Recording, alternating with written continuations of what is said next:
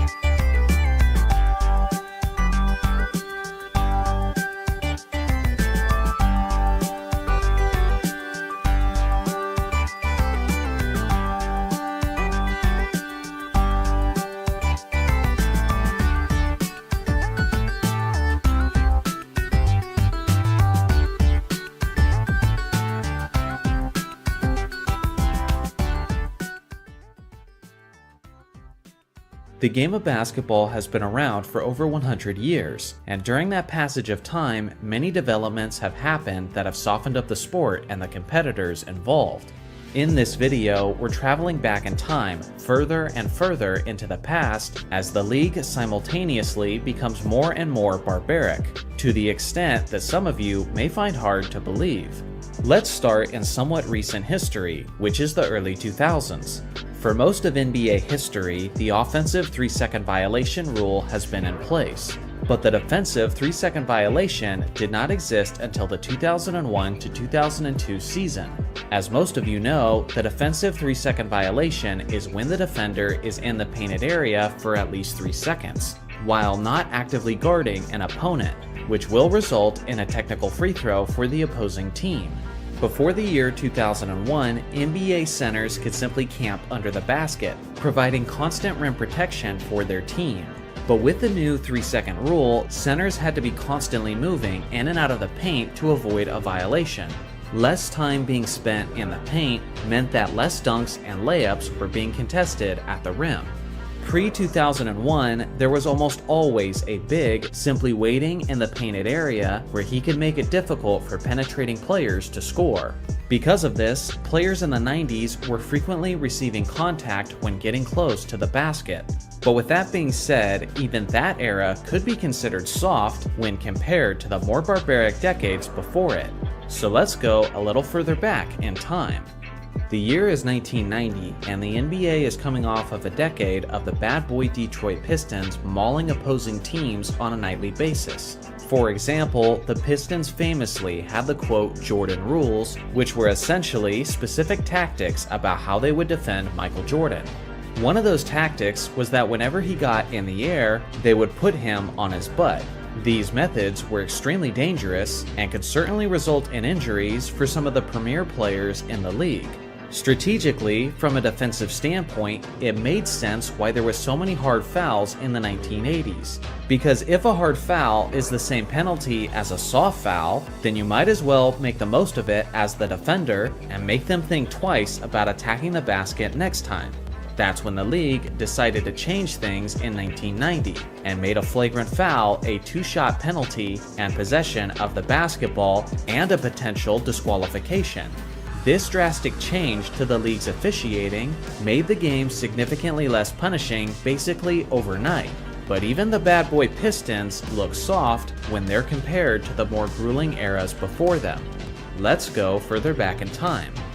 The year is 1980, and the NBA is coming off of a decade where fights and substance abuse were rampant throughout the league. The physicality was also quite intense throughout the 1970s, which caused the league office to evaluate their product and adjust the rules in an attempt to clean up their image. So in the year 1980, they decided to create the original flagrant foul rule.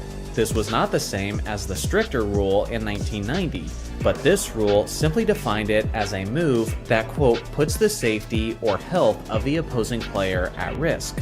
When this flagrant foul was first introduced, it was not 2 free throws and possession of the basketball, but instead it was basically treated as a common foul, with the only additional penalty being that the opposing coach got to choose who shot the 2 free throws. Prior to this rule being established, there was basically no additional penalties for unnecessary roughness while fouling a player, which obviously meant much of the 70s and 60s were like the Wild West, as there wasn't much that you were not allowed to do. But even with this being said, this era would still be considered soft compared to the more savage eras that came before it. So let's go even further back in time. The year is 1936, which was more than a decade before the NBA was created.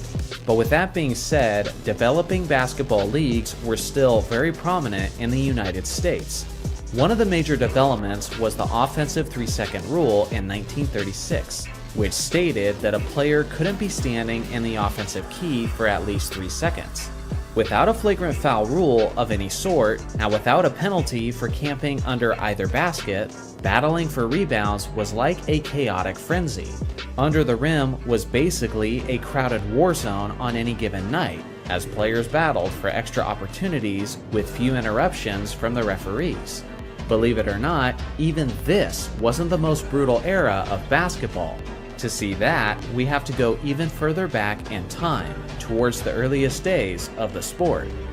The year is 1891, and Dr. James Naismith, a 31-year-old Canadian man, had just recently invented the game of basketball in Springfield, Massachusetts. When Naismith introduced the game to the world, some of the most popular sports in the area were rugby and American football. So obviously, operating from their familiar experience, people played the game of basketball as if it was rugby and American football. If you consider yourself a lover of tough physical defense to the point that it makes games extremely low scoring, well then this was the era for you. The very first basketball game ever held was in a YMCA training center between 18 male students, most of whom were in their early 20s. The hoop was made out of a peach basket that was nailed to some railing around 10 feet high into the air. Naismith was officiating the game, and he divided the teams into 9 players each. The game lasted for a total of 30 minutes, and it had an epic final score of 1-0. Months passed, but the early days of the game continued to have a raucous atmosphere, as players were grappling, pulling, pushing, tackling, and slamming into one another. This brutal and chaotic style created an exciting atmosphere for new basketball fans, and those fans began feeding off of that energy and became extremely rowdy as a result. In those early days of organized basketball, spectators and fans would often storm the courts and interfere with play due to the sheer excitement. So as a way to keep the fans from interfering with the leagues, they constructed steel wire cages to go around the basketball courts. That's right, basketball games used to be played in cages as if they were witnessing a UFC fight. With that being said, players did not tone down the physicality once the cages were installed. Players would often slam and throw each other into the steel cage, and as a result, they would be finishing games with cuts and bruises all over their bodies. One of those early players said that the courts were often covered in blood, and would even have stains all over from previous games. By far, this was the most barbaric and brutal era of basketball history, to the point that even the bad boy Pistons looked like soft pansies by comparison. Players in those days were often referred to as cagers because of their punishing style of play in those cages. It stayed that way for several years, but in the early 1900s, basically everyone was tremendously relieved when they replaced the steel cages with rope mesh nets, which significantly reduced the amount of injuries during the action. When we look back at the rich history of the NBA, you'll see that there was almost always a dynasty present in each decade that helped define that era. There was a dynasty in the 1950s, the 60s, the 80s, the 90s, the 2000s, and the 2010s. But I'm sure most of you caught the gap in that time frame. In the 1970s, there was not a single dynasty team.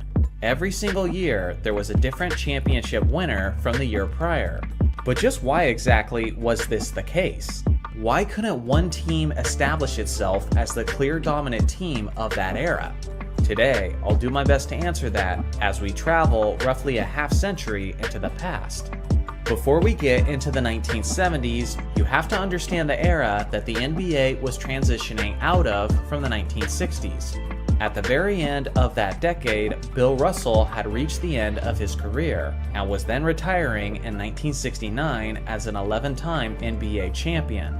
His Celtics had a stranglehold on the league during his playing days, as they won 11 championships in a span of 13 years, including a whopping 8 straight.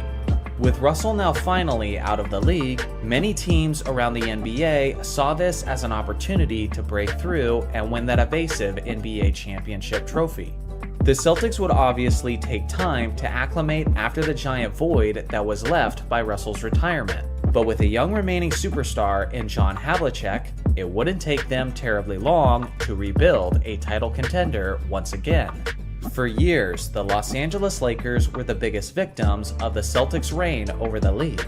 But with a recently assembled super team led by Jerry West, Wilt Chamberlain, and Elgin Baylor, and with the greatest winner now out of the league, the Lakers saw the early 70s as their time to shine. But they were far from the only team retooling and reloading for the more attainable championship.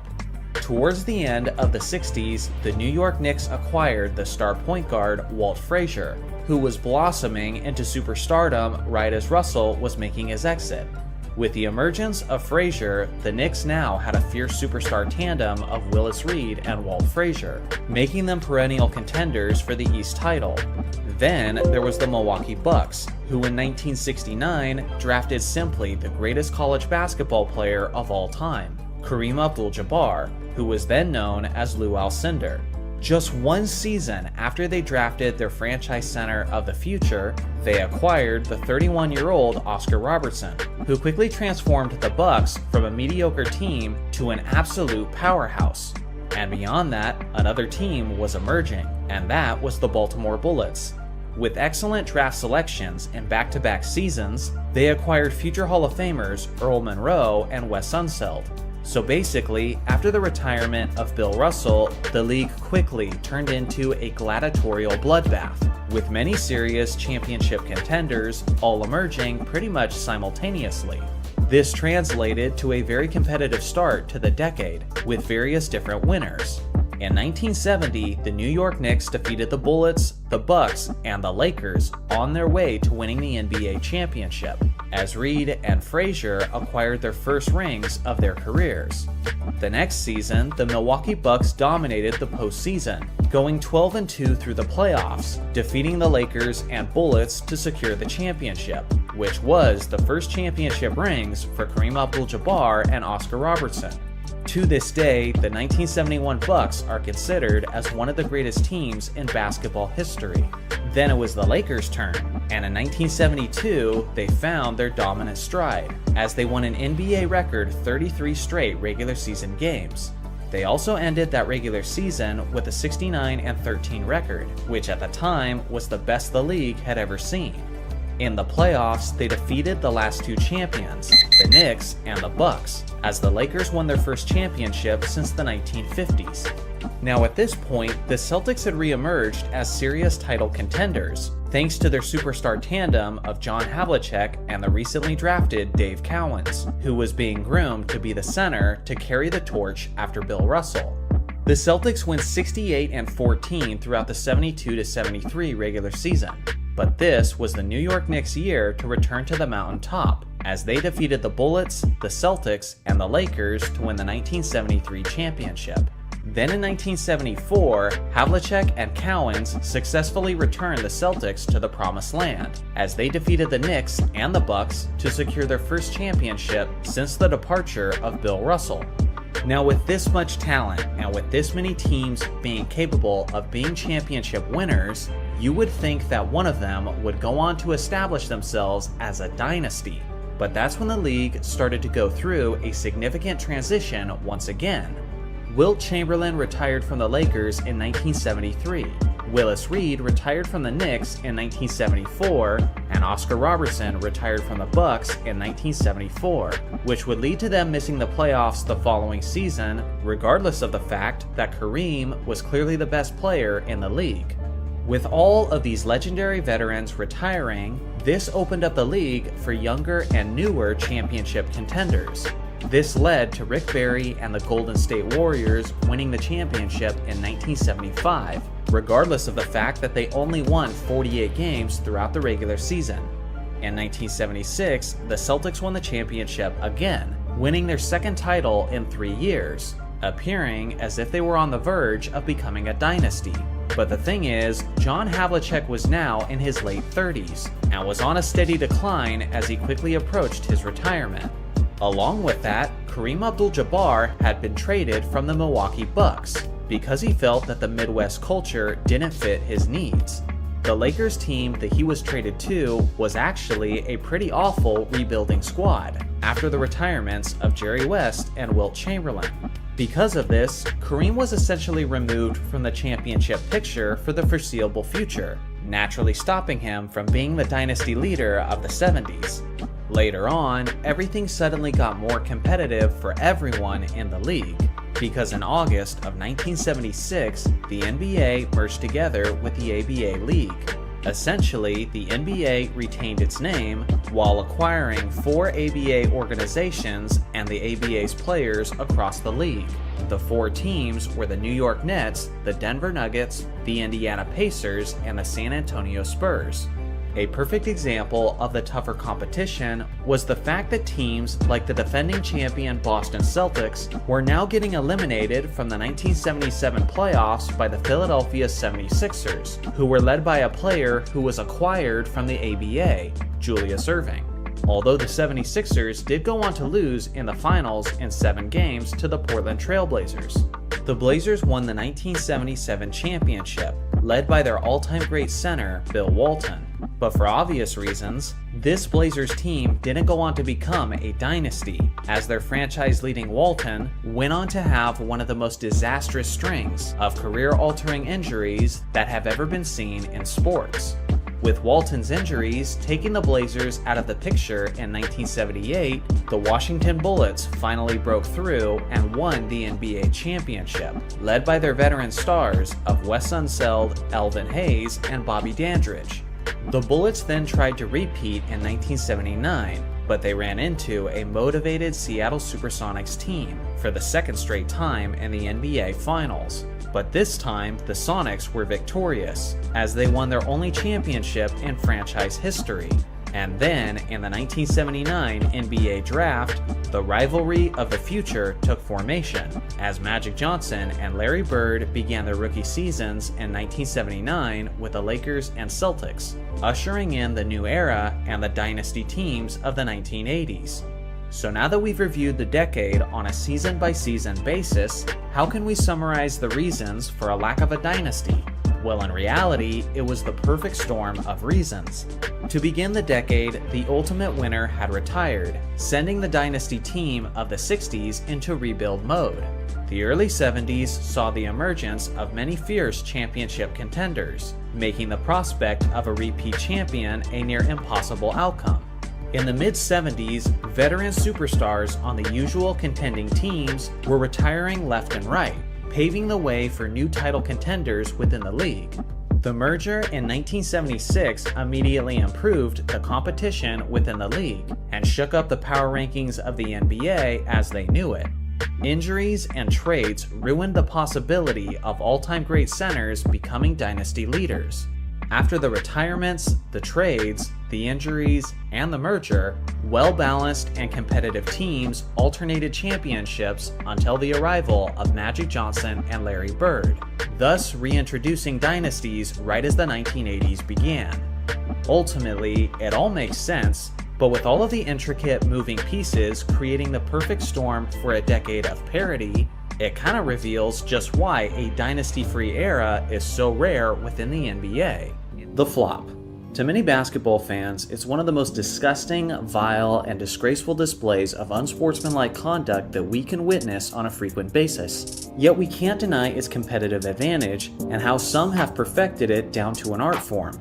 For those of you who don't know, a flop is basically defined as this. It's when a player makes an intentional fall or stagger after little to no physical contact by an opposing player in order to draw a foul call by an official against the opponent. By nature, it is extremely deceitful and requires plenty of dramatized acting in order to convince the official to blow the whistle. With that being said, some players are better actors than others, and some are incredibly crafty at finding creative ways to draw the foul.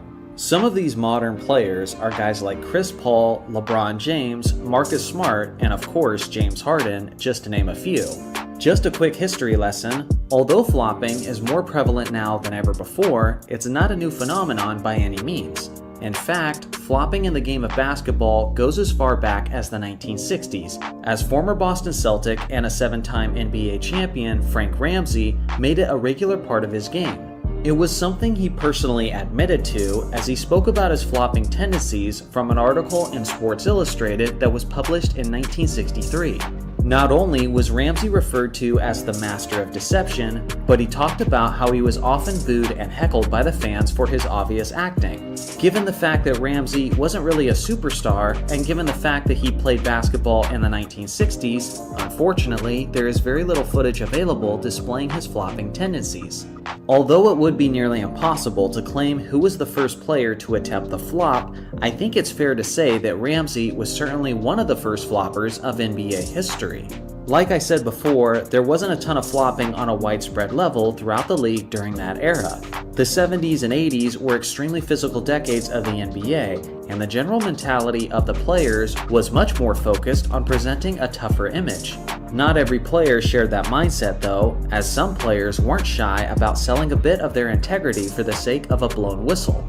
If you ask my personal opinion, and the opinion of many viewers who were old enough to witness this, the player who flopped more than any other, and frankly the player who made flopping famous among basketball fans, was none other than the Serbian Vlade Divac. Vlade had a 16-year career in the NBA from 1989 to 2005, and was actually inducted to the Basketball Hall of Fame.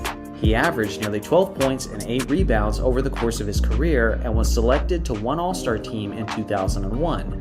Vlade was obviously a solid center and was actually the player who was traded to the Charlotte Hornets for a rookie Kobe Bryant in 1996. But back when he played, what Vlade was known for more than anything else was his dramatic flopping theatrics. He was so notorious for this that I believe he was the main person who gave European basketball players their stereotype of being soft athletes. It's a stereotype that isn't very prevalent in today's game, but back in the 90s, it was an extremely common perception. Given his massive size, Vlade's consistent flopping appeared even more absurd than most other players, considering how it shouldn't be that easy to topple him over. He may have not been the first player to flop in the NBA, but in my opinion, Vlade is the player who made flopping a famous and well-known maneuver to the basketball world. As time went on, flopping became only more relevant and widespread throughout the entire league, and now it's at a point where more players flop than those who don't. The league made a feeble attempt to diminish the amount of flopping in 2012 when it introduced the no flopping rule. The rule stated that any player who flops during the regular season would first be warned, followed by fines in increments of $5,000 for each successful flop during the season. Longtime basketball fans like myself rejoiced when this rule was initially introduced, as we assumed this would finally be the change that would eliminate this pathetic acting out of the league. Well, unfortunately, the rule has since been painfully under-enforced since its establishment. Between 2012 and the summer of 2023, there have been thousands of flops, yet there has only been a grand total of 31 fines handed out to the players during the regular season. Notorious floppers like LeBron James and Chris Paul have never been fined during the regular season, and arguably today's greatest modern flopper, James Harden, has been fined only once. Obviously, with a lack of significant and consistent consequences, flopping has remained a staple element within the league, which ultimately affects the popularity and even the integrity of the game. But now, there's more to this story, as the league office just recently added another chapter to this flopping saga. You see, prior to the beginning of this current 2023 to 2024 season, the league established a new flopping rule intended to be even harsher and more effective than the previous rule. The fine penalties were now decreased from $5,000 to just $2,000, which would increase incrementally. But it was a different kind of consequence that caught everyone's attention. From the summer of 2023 forward, a flop would now result in a non-unsportsmanlike technical foul, which would result in a free throw for the opposing team. This was a massive deal because for the first time in NBA history, flopping violations would result in immediate points for the opposing team. This is the level of consequences that I was originally hoping for. But still, my optimism was held in check. Because at the end of the day, the refs still had to enforce the rule for this to mean anything. Well, we're now approaching mid-January, and we're several months into the NBA season, and I'm thrilled to report some excellent news. In the 2023 to 2024 season so far, there have been a grand total of 19 fines given to the players for flopping. On 3 separate occasions, multiple players were fined on the same day. It's pretty clear that stars are not getting special treatment either, since MVP candidates like Luka Doncic and Nikola Jokic are among the players who have been fined. And again, these are also technical fouls that are scoring points for the opposing teams, which is one of the biggest deterrents to flopping that I can possibly think of. So again, to recap, in the first 11 seasons of the original flopping rule, there was 31 fines. And now, in less than one half of this current season, there have been 19 fines / technical fouls. I gotta say, I would still like to see the frequency of this penalties increase, considering how I've seen a lot of flops this year that didn't get fined. But make no mistake, the league took a massive step forward this season. And give credit where credit is due. Shout out to Adam Silver and the league office for making a legitimate improvement to the NBA product this season. If you've been following my channel for a while, then you know I'm someone who's been enjoying the game of basketball basically throughout my entire life. As a guy who's now in his mid-30s, I've seen a lot. Some of the incredible things I've witnessed from various superstars are not the kinds of things that future generations can understand by simply looking at a stat sheet. Some things you just either had to see with your own eyes or you needed to have it described to you in detail. So all of this got me thinking. Since I plan on being a dad in the next few years, and since there's a decent likelihood that my kids will like the game of basketball as well, what are things I'm going to tell them about the basketball I witnessed before they were born? This will certainly make for a weirder yet more interesting video, in the sense that we're sharing some of the more personal side of our basketball fandom. So regardless of where you're at in life, whether you're in your youth, you're a parent, or a grandparent, let me know in the comments what are things you would tell the next generation of basketball fans. So without further ado, let's get into it. First off, I'll tell my kids about my dad's favorite player, Magic Johnson. Although I'm not old enough to have witnessed Magic's prime as it was actually happening, I was able to watch a countless number of full games thanks to my dad reporting basically everything he saw on VHS tapes. I will tell my kids that I never saw a point guard as mesmerizing as Magic Johnson. Sometimes, great facilitators are described as if they have eyes in the back of their head, but no player fits that term better than Magic, as he would make fast break, no-look passes that would have even his teammates confused. I just know Magic was beating it into his teammates' head every practice to keep their eyes alert and to keep their hands ready, because at any moment, a speeding bullet of a no-look pass could be coming in their direction when they least expect it. On top of that, Magic had the Showtime Lakers sprinting like they were track athletes, so his ability to make split-second decisions with extremely precise accuracy and execution was truly marvelous. I don't care what anyone says, we haven't seen a player like him since, and that's what I'll tell my kids. Next, I'll tell them about my favorite player, Kobe Bryant. I'll tell them that from a stats and accolades standpoint, it's hard to argue that Kobe was the greatest player of all time. But when I was watching him at his best, night in and night out, I had never seen a basketball player more impressive in my entire life. At least 4 or 5 times a game, Kobe would hit shots that would leave me awestruck.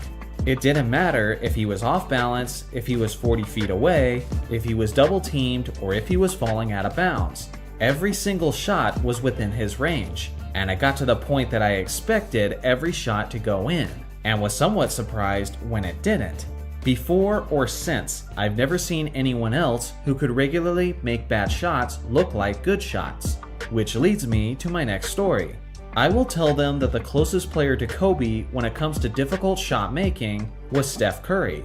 He was like the Mamba in the sense that he can make shots decently often that would make my jaw hit the floor. It's just that his were a little different. I'll tell them that Steph changed the game by forcing defenses to cover the ball handler the instant he crossed half court. Again, Kobe had the greatest wow factor, but Steph was the closest behind him. Now for the next story that I'll tell my kids, I'll probably aggravate quite a few people who are watching this video. But I don't care. Get your own kids. I will tell them about the difference between Michael Jordan and Kevin Durant. To me, the biggest difference that separates them from a character and legacy standpoint is also an important analogy and lesson for how we approach life. Let's start with Michael Jordan. When this guy was drafted, he was obviously a very hyped prospect with loads of talent and potential. But the organization he was joining in Chicago was an absolute joke at the time he arrived. They had never won a championship, they had no history of being successful whatsoever, and frankly, their own city was hardly even interested in watching them play. MJ changed all of that through hard work and commitment by being one of the strongest competitors and one of the most driven individuals in the history of sports. He transformed that franchise from the laughingstock of the league to an absolute powerhouse. He built it from the ground up into an empire that would become the gold standard of basketball. And that, more than any other reason, is why he's still revered and so respected within the world of sports. Then you have Kevin Durant. In a way that was similar to Jordan, Durant was a highly desired prospect heading into the NBA draft. As a player who was around 7 feet tall and had the skills of an elite perimeter shooter, people saw that he had the potential to be one of the select few greatest players of all time. But unlike Jordan, Durant didn't stick around to build his organization into a champion from the ground up, but instead he took the path of least resistance and joined the team that had just beaten him, that had already won a championship, and that had the greatest regular season record in NBA history. He opted to go with a brand that had already established itself and that already belonged to another star. Because of this, even after he was able to win 2 championships with the team, he was never respected to the extent that he would have been if he built up a championship team somewhere else. Obviously, being successful anywhere is going to be more enjoyable than simply not being successful. Yet there's something special about being the one who leads your own destiny, who builds your own legacy, and who makes something better than the way you found it. Being successful is awesome, but it always means more to yourself and to other people when you are the main reason for your own success, rather than riding the wave of what someone else created. Additionally, if my kids ever asked me what was the best era of basketball that I ever witnessed, I will tell them the 2000s. I don't think this will be a popular choice with many of my viewers, because from a physicality and rivalry standpoint, the 80s and 90s are usually held on the highest pedestal. And then, with recency bias being a factor, and with the tremendous amount of talent all over the league the last decade, some of my viewers will see the 2010s or even this modern era as the best in basketball history. For me, the 2000s were the best of both worlds. You still had intense rivalries like the Lakers and Kings and like the Pacers and Pistons. You had incredible individual superstars and you had an array of three-point shooters. But it wasn't to the extent that the game appeared as a soft jump shooters league. To put it simply, it had balance. It was the perfect blend of the slowed down physical nature from previous eras, but was also a time where tremendous shooters could ultimately be the determining factor in who wins the championship. If I could simply hit a switch and have the league instantly return to the style and product that it was throughout the 2000s, I would do it in a heartbeat. Lastly, I will tell my children about the weirdness of the 2020 bubble. If I'm being completely honest, I don't completely love or hate what transpired during the 2020 playoffs. In one sense, it was pretty freaking awesome, because there were almost no distractions, no actual audience, and no overwhelming stadium noise. In a way, it was just extremely competitive basketball in its purest form. But on the other hand, it was kinda lame, because all of the playoff games were just in one specific location, which means that the home court advantage was irrelevant, which also means that all of the regular season qualifying games were pretty much a waste of time, since the 1 through 4 seeds didn't actually get home court advantage like they deserved. It was basically this weird blip in NBA history where I was grateful for its presence, but also skeptical about its legitimacy for a variety of reasons. Obviously, I'll have a lot more to tell my hypothetical basketball-loving children than just this, but these are just some of the things that immediately come to mind for me. Without question, the slam dunk is the most exciting play in basketball.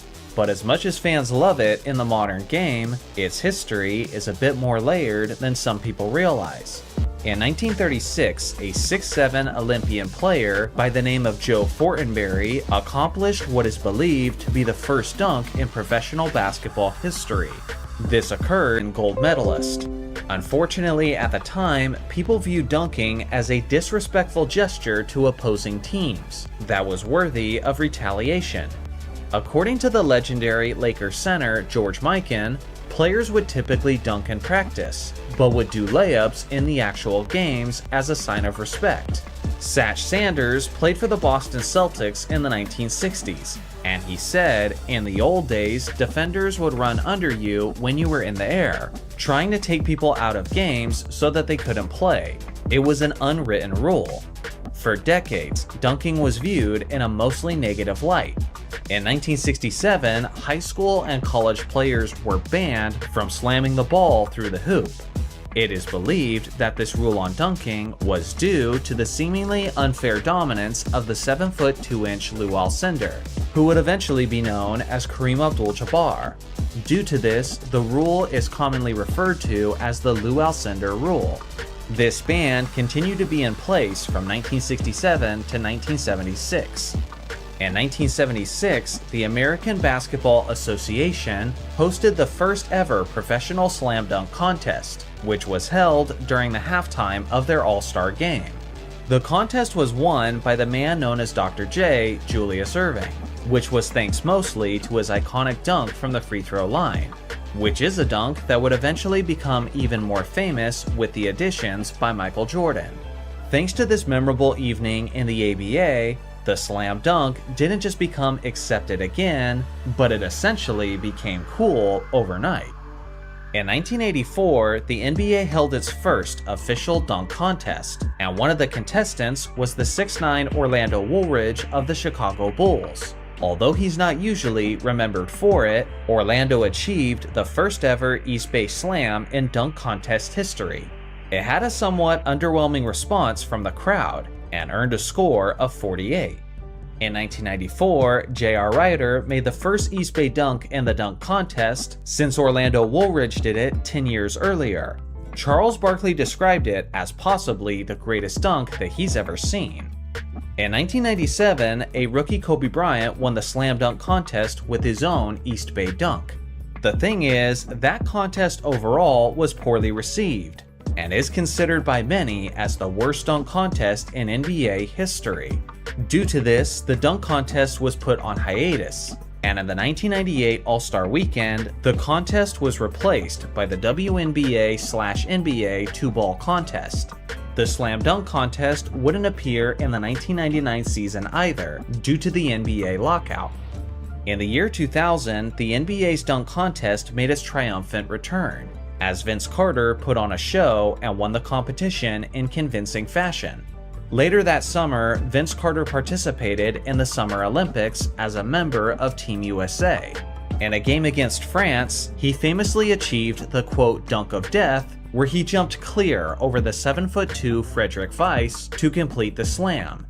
Thanks to Carter's incredible dunking display in the year 2000, he's now widely viewed as the greatest dunker in NBA history. As the years have gone on, our adoration and fascination with the dunk only seems to be growing. Earvin Magic Johnson, one of the greatest players in NBA history, and many people still believe he's the greatest point guard of all time. Magic obviously had a historic beginning to his career, but what I believe isn't talked about enough is the iconic farewell to his NBA career, which was a roller coaster of emotions for the basketball community, finishing off with a satisfying ending that I personally will never forget. In order to understand the impact of Magic's beautiful moment, we first have to understand his journey to get there. Let's go all the way back to early June of 1991. At this time, Magic Johnson is just 31 years old. He's the runner-up for the league MVP, and he was the MVP in the previous season. He's coming off of a regular season where he averaged nearly 20 points and 12.5 assists, and he's about to make his 9th NBA Finals appearance as a 5-time NBA champion. To summarize it all, Johnson had just entered his early 30s and appeared to be every bit as good as he ever was before. Even without the recently retired Kareem Abdul-Jabbar as a teammate, Johnson was still able to lead his Lakers to the NBA Finals yet again. He had already built a resume worthy of being called the greatest point guard ever, and he seemingly still had a second half of his career ahead of him. When the 1991 finals began, Magic was going toe-to-toe with the prime Michael Jordan. And although Michael ended up being the finals MVP, Magic displayed a remarkable effort of his own. Many people believe that the Lakers never really had a true opportunity in this series, since Magic's two best scoring options, James Worthy and Byron Scott, both dealt with injuries throughout and missed a significant amount of time. Even without his two best weapons in the elimination game, Magic still put up 16 points, 20 assists, and 11 rebounds. What he didn't realize, and what none of the audience had realized either, is that this would be his last NBA Finals game of his entire career. Because a few months later, on November 7th, 1991, Magic held one of the most shocking press conferences in the history of sports. It was at this moment that the world became aware that the face of the Showtime Lakers was now HIV positive. At the time, little was known about the disease, so the assumption from almost everyone was that in a matter of months, he would lose a tremendous amount of weight and then pass away. Along with the horrific news of Magic's health, he also made it aware to the world that he was retiring from the Lakers, effective immediately. Imagine your favorite basketball player being at the peak of his abilities, and in a matter of seconds, he goes from one of the best players in the game to a retired player who could pass at any moment. Needless to say, this was a jarring pill to swallow for basketball fans, as seemingly everyone had their hearts broken for Magic on that day.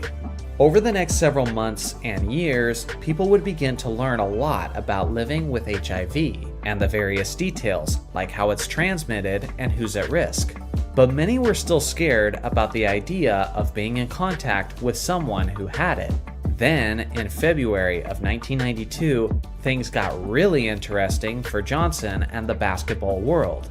The NBA All-Star Game is an exhibition event where the fans vote and determine who will play for each conference. Despite the fact that Magic had retired from basketball, the fans still voted him in to be the starting point guard of the Western All-Stars. After receiving approval from doctors and from the league for Magic to play, the hype train was officially underway. The thing is, not everyone was so enthusiastic. Many players were concerned about their own well-being. Even Magic's former teammates, like Byron Scott and AC Green, said that he shouldn't participate. The player who was the most vocal about his displeasure with Magic competing was the Western Conference All-Star Karl Malone, who had this to say before the game was played. If I get in a collision with a guy, it don't have to be Magic. It can be Joe Smoke. But the fact of the matter is, if you got the AIDS virus, it'll be hard for me to play as hard as I'm capable of playing. Although there was plenty of drama heading into that night, there was also plenty of teammates and competitors who encouraged Magic to participate. Just as a spectator, you could tell that there was this awkward, unspoken tension in the air. But you could also sense the excitement and the magnitude of the moment, as the Orlando crowd gave Johnson a standing ovation during player introductions. Everyone understood that the ideal outcome was the West winning and Magic securing the All-Star Game MVP. But regardless of how badly the crowd wanted that, he still had to go out there and perform well. Seeing that Magic hadn't played a game in nearly a year, and seeing how he was now dealing with a life-altering disease, many people were concerned that he wouldn't have the conditioning or stamina to hang with the best players in the world. But all of those concerns were quickly put to rest soon after tip-off commenced. Although he built a legacy for himself as mainly a distributor, Magic was looking to score early on, and he did so with tremendous efficiency. Throughout the night, the West played with more energy and effort, and a 10-point lead quickly became a 20-point lead, and then a 20-point lead suddenly became a 30-point lead. The outcome was never really in question, but the MVP of the game appeared to be up for grabs, and the Western Conference's Clyde Drexler appeared to be the favorite heading into the second half with a monstrous stat line. After looking to score for a while, Magic finally got his first assists of the game with just under 9 minutes left in the third quarter, and then he got on a roll with his flashy Showtime passes that we were accustomed to. With less than 3 minutes left in the game, Magic suddenly hit the switch and displayed one of the most beautiful finishes in All-Star Game history. Just so you can sense the gravity and energy of this inspiring moment, I'll let you guys watch the final sequences of this game with no voiceover. And please, pay attention to how Magic was at the center of it all. 135-106. With 2:46 to go, no doubt about this one. Here it is. There's the three. Magic got his three. For that moment to shoot the three. Who has all the NBA three-point marks, most attempts, most made. Johnson, 2 in a row for Magic. He's going for the MVP. The Atlanta Hawk has 8. Chris Mullin for 3. It's out shooting the East in every quarter. And will be around the 60% mark, and another great pass. And Marley has his first points.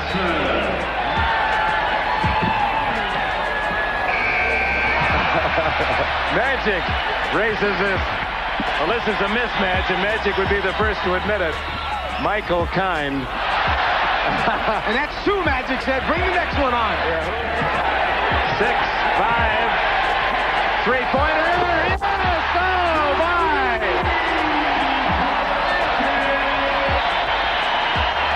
Ladies and gentlemen, you just can't orchestrate it better than that. When Magic hit that final falling away three-pointer, there was still 15 seconds left on the clock. Yet no one on the court seemed to even care, as they all surrounded and congratulated the Lakers legend. The game ended on the spot. It was a perfectly fitting and poetic way for the game to end, with a Magic Johnson jumper.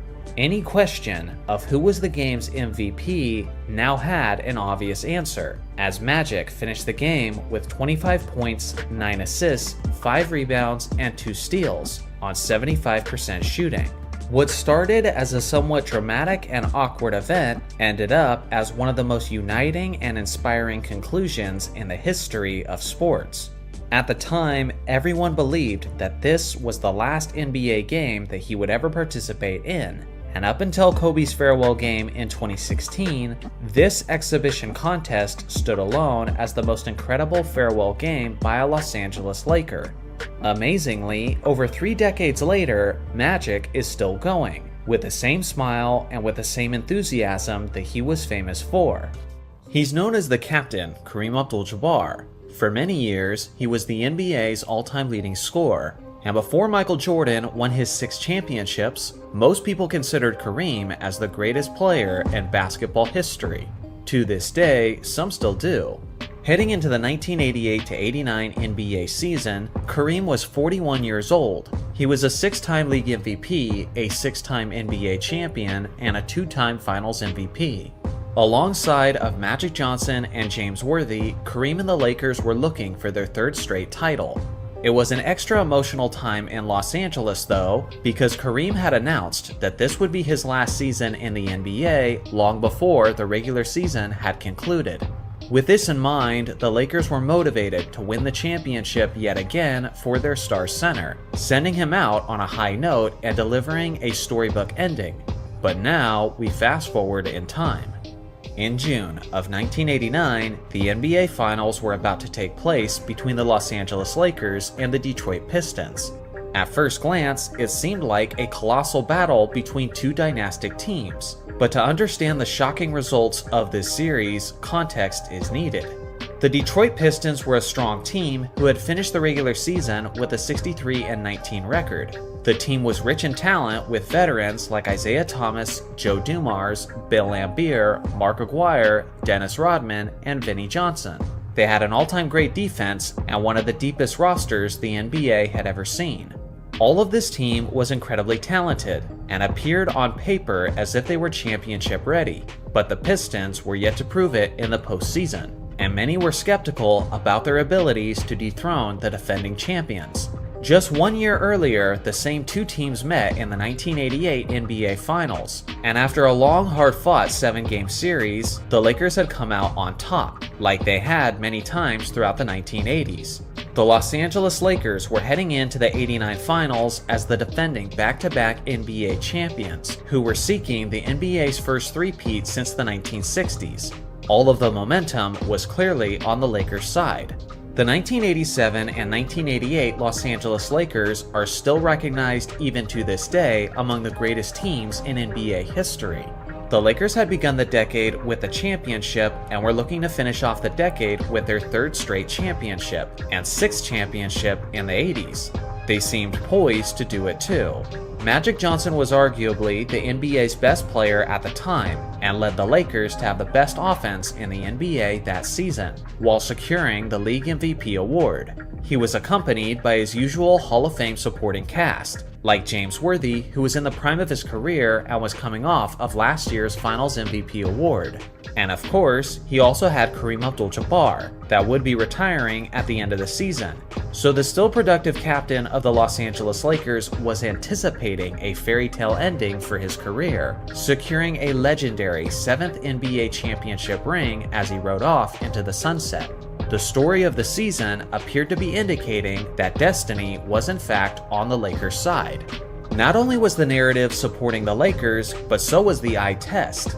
The Lakers were an absolute juggernaut throughout the 1989 Western Conference playoffs. The Lakers began the first round of the playoffs by sweeping the talented Portland Trailblazers 3-0. The second round, they swept an even better Sonics team 4-0. And then they destroyed the powerful 55-win Phoenix Suns in the conference finals 4-0. The Lakers were undefeated throughout the Western Conference playoffs. They were heading into the NBA Finals against the Detroit Pistons, looking to make history and become the only team ever to go undefeated in the NBA playoffs. As a quick recap, the Lakers were going for their third straight title against the team they had just beat the previous year, looking for the exclamation point of a sixth championship in a decade that they had already claimed as their own, led by the league MVP on the final year of arguably the greatest player of all time, with a chance to declare themselves as the greatest team of all time by finishing out an undefeated postseason run, which had never been done before in the history of the NBA. Both of these finals teams were incredibly talented and championship worthy, so a sweep wasn't necessarily expected, but it was presumed that if a sweep was going to happen, it was going to be the Lakers who were doing the sweeping. But as we like to say in the sports world, that's why they play the game. As a footnote, the Los Angeles Lakers shooting guard Byron Scott would be missing the series for his team after popping his hamstring in practice the day before the finals began. With that being said, Michael Cooper was replacing him in the starting lineup. Cooper was a former Defensive Player of the Year and a quality three-point shooter in the NBA during his era, so the Lakers still appeared to be in great shape. When the games began, the Pistons got off to a hot start and never relinquished it. The absence of Byron Scott was beginning to be felt in this series. With Scott unavailable, the Lakers' rotation suffered, and defending all of the Detroit Pistons' perimeter scoring guards became even more difficult. The Pistons took the first game 109-97, leaving the Lakers' hopes of an undefeated postseason run in shambles. The Lakers were poised to bounce back in Game 2. Despite Joe Dumars taking advantage of the Lakers being shorthanded on guards and dropping 24 points in the first half alone, the Lakers still managed to have a 62-56 lead at halftime. If the Lakers could hold on, they would be tying the series at a game apiece, while taking home court advantage with the series heading back to Los Angeles. But that's when disaster struck. With only several minutes left in the third quarter, the Lakers were up by a bucket, and Detroit was on a fast break when Magic Johnson started hobbling. He had pulled his hamstring, and the pain was clearly seen on his face. Magic wanted to push through it, but eventually he had no choice but to sit out the rest of the game. With their MVP gone, the Lakers fought valiantly, but ultimately came up short, falling to the Pistons 108-105. With Game 3 being played back in Los Angeles, the Lakers found themselves in a must-win situation. With the season on the line, Magic Johnson started Game 3, but he wouldn't last very long. After just 5 minutes of play, Magic left the game with severe pain in his hamstring. The still talented Lakers stepped up to the challenge and tried to win at home without their best player. But despite James Worthy's 26 points and Kareem's vintage effort of 24 points and 13 rebounds, the Pistons' healthy talent still prevailed in a close one, 114 to 110. At this point, the writing was on the wall for the Lakers. Magic Johnson didn't even try to play in the fourth game of the NBA Finals. James Worthy was one superstar who wasn't going out without a fight, and dropped an efficient 40 points in Game 4. Despite the Lakers' good start to the game, the Pistons' overall healthy talent eventually wore them down, winning the fourth and final game of the series, completing what is now known as one of the most stunning sweeps in NBA history. Kareem closed out his final game at the age of 42, while his iconic co-star was forced to watch from the sidelines. In that last performance, Kareem finished with just 7 points, 3 rebounds, and 3 assists on 2 of 8 shooting.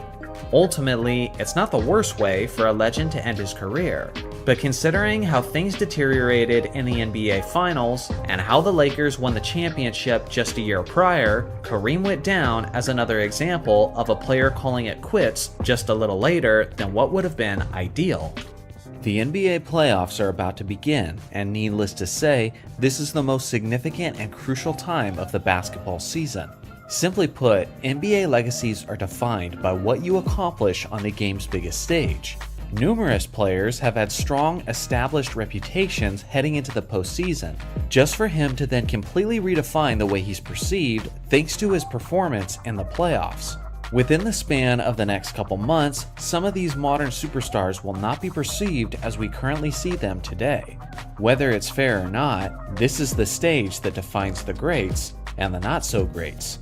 Today, I have a list of NBA legends who were perceived a certain way and then completely shifted the way they were viewed, with just one great postseason run.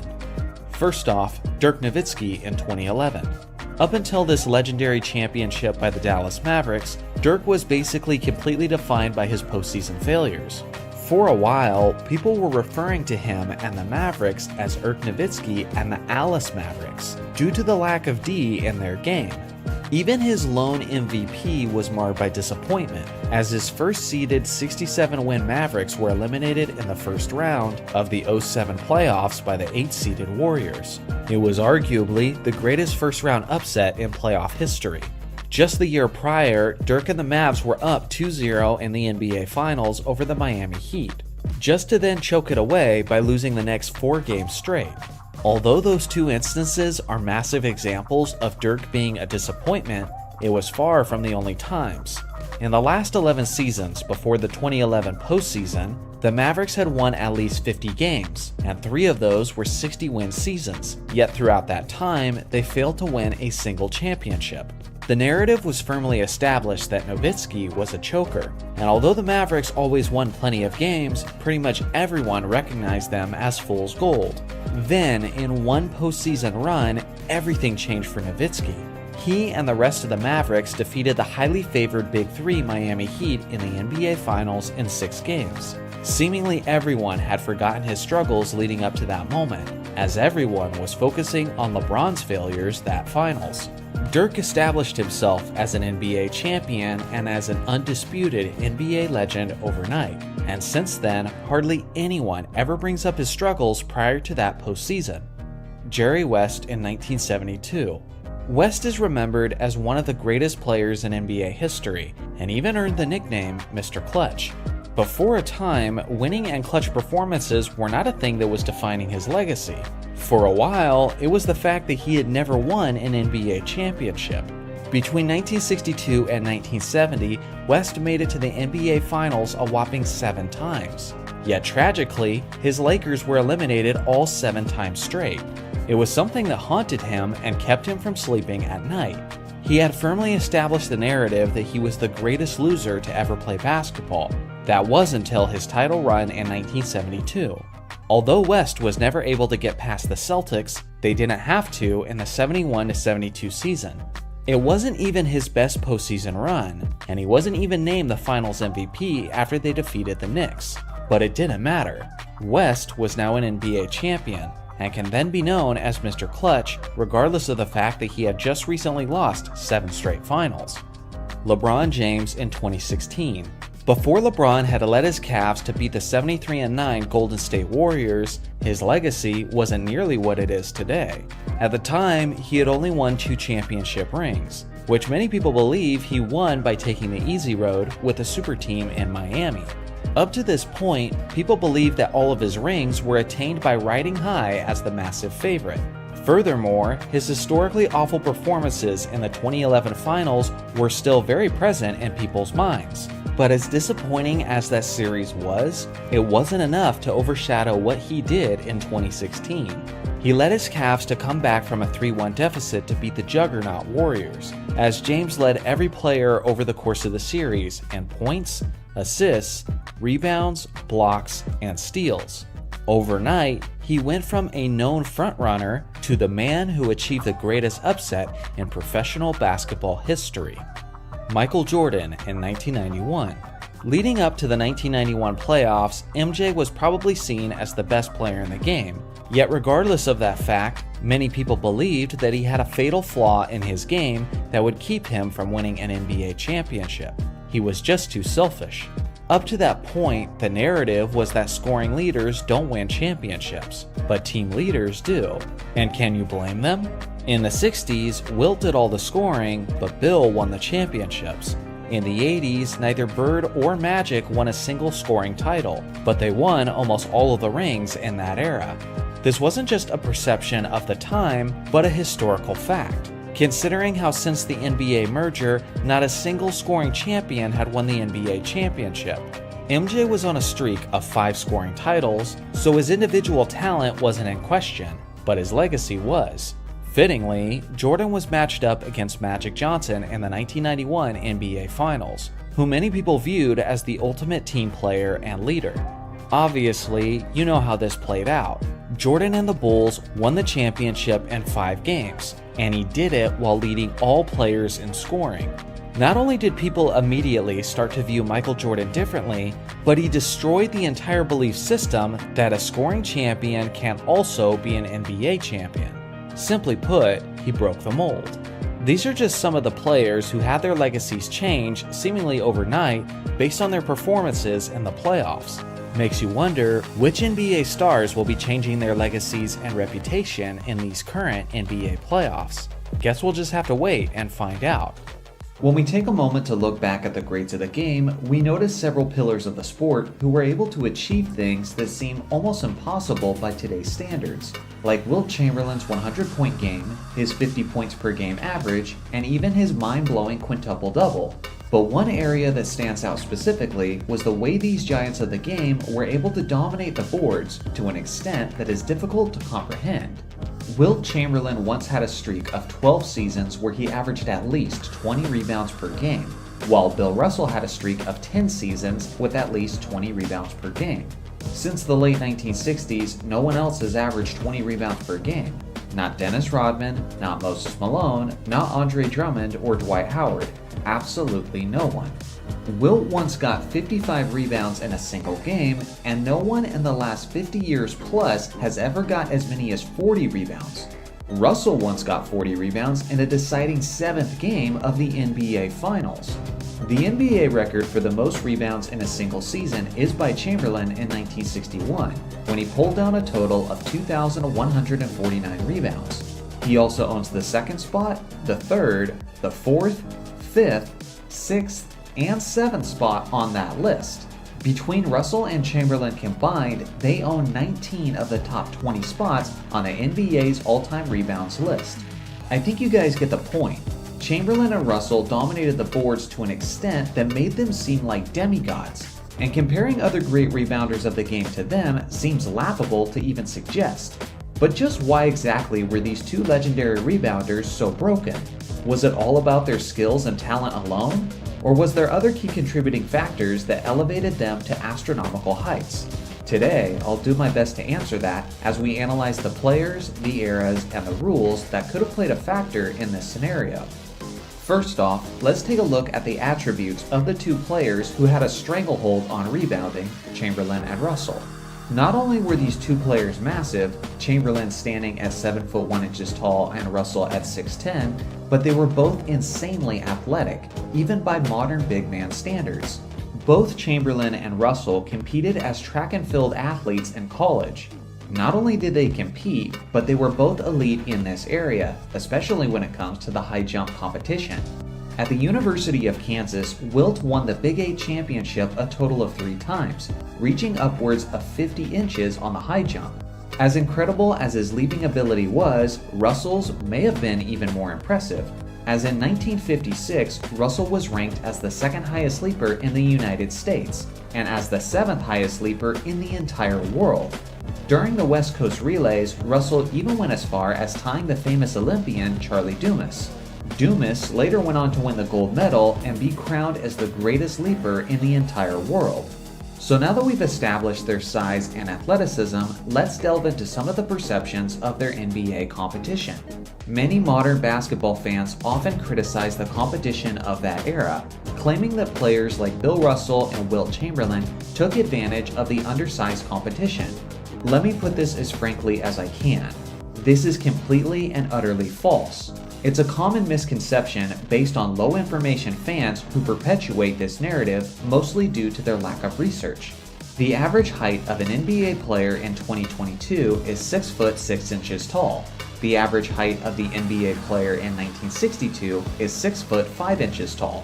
But you also have to consider that most players were measured with their shoes off back in the 60s. So if there is in fact a difference, it's extremely insignificant. But that's just the average player. How about we look more specifically at the center position? I spent way too much time crunching these numbers myself, and the average height of the NBA center in 2022 is 6 foot 10 inches tall. And 60 years ago, in 1962, it was also 6 foot 10 inches tall. Simply put, if Russell and Chamberlain dominated the game for reasons related to their era, it definitely had nothing to do with the size of their competition. So now that we've considered their size, athleticism, and competition, it's probably safe to say that they would put up some of these rebounding numbers if they played in the modern game, right? Nope, not exactly, because there's still several other factors. For one, Bill Russell and Wilt Chamberlain took less breaks throughout their career. These two players sit in the top 2 spots for the highest minutes per game average in NBA history.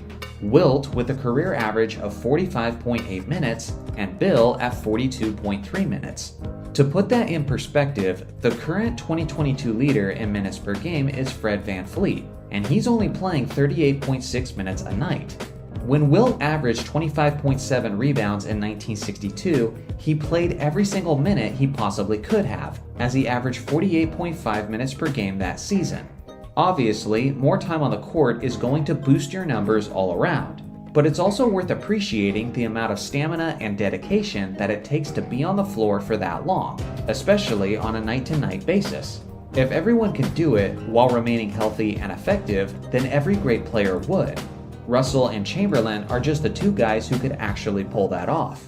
Although Chamberlain and Russell were clearly the most dominant rebounders of their era, they simply weren't the only players putting up goofy rebounding numbers compared to today's standards. Almost every big man in the 60s was.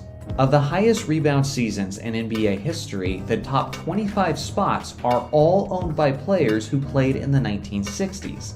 That's not a coincidence, that's a trend. Many 90s basketball fans would say that Dennis Rodman is the greatest rebounder they've ever seen, and at his very best, Rodman averaged 18.7 rebounds per game in 1992. In the 1962 season alone, 4 players averaged more rebounds per game than Dennis Rodman did at his very best.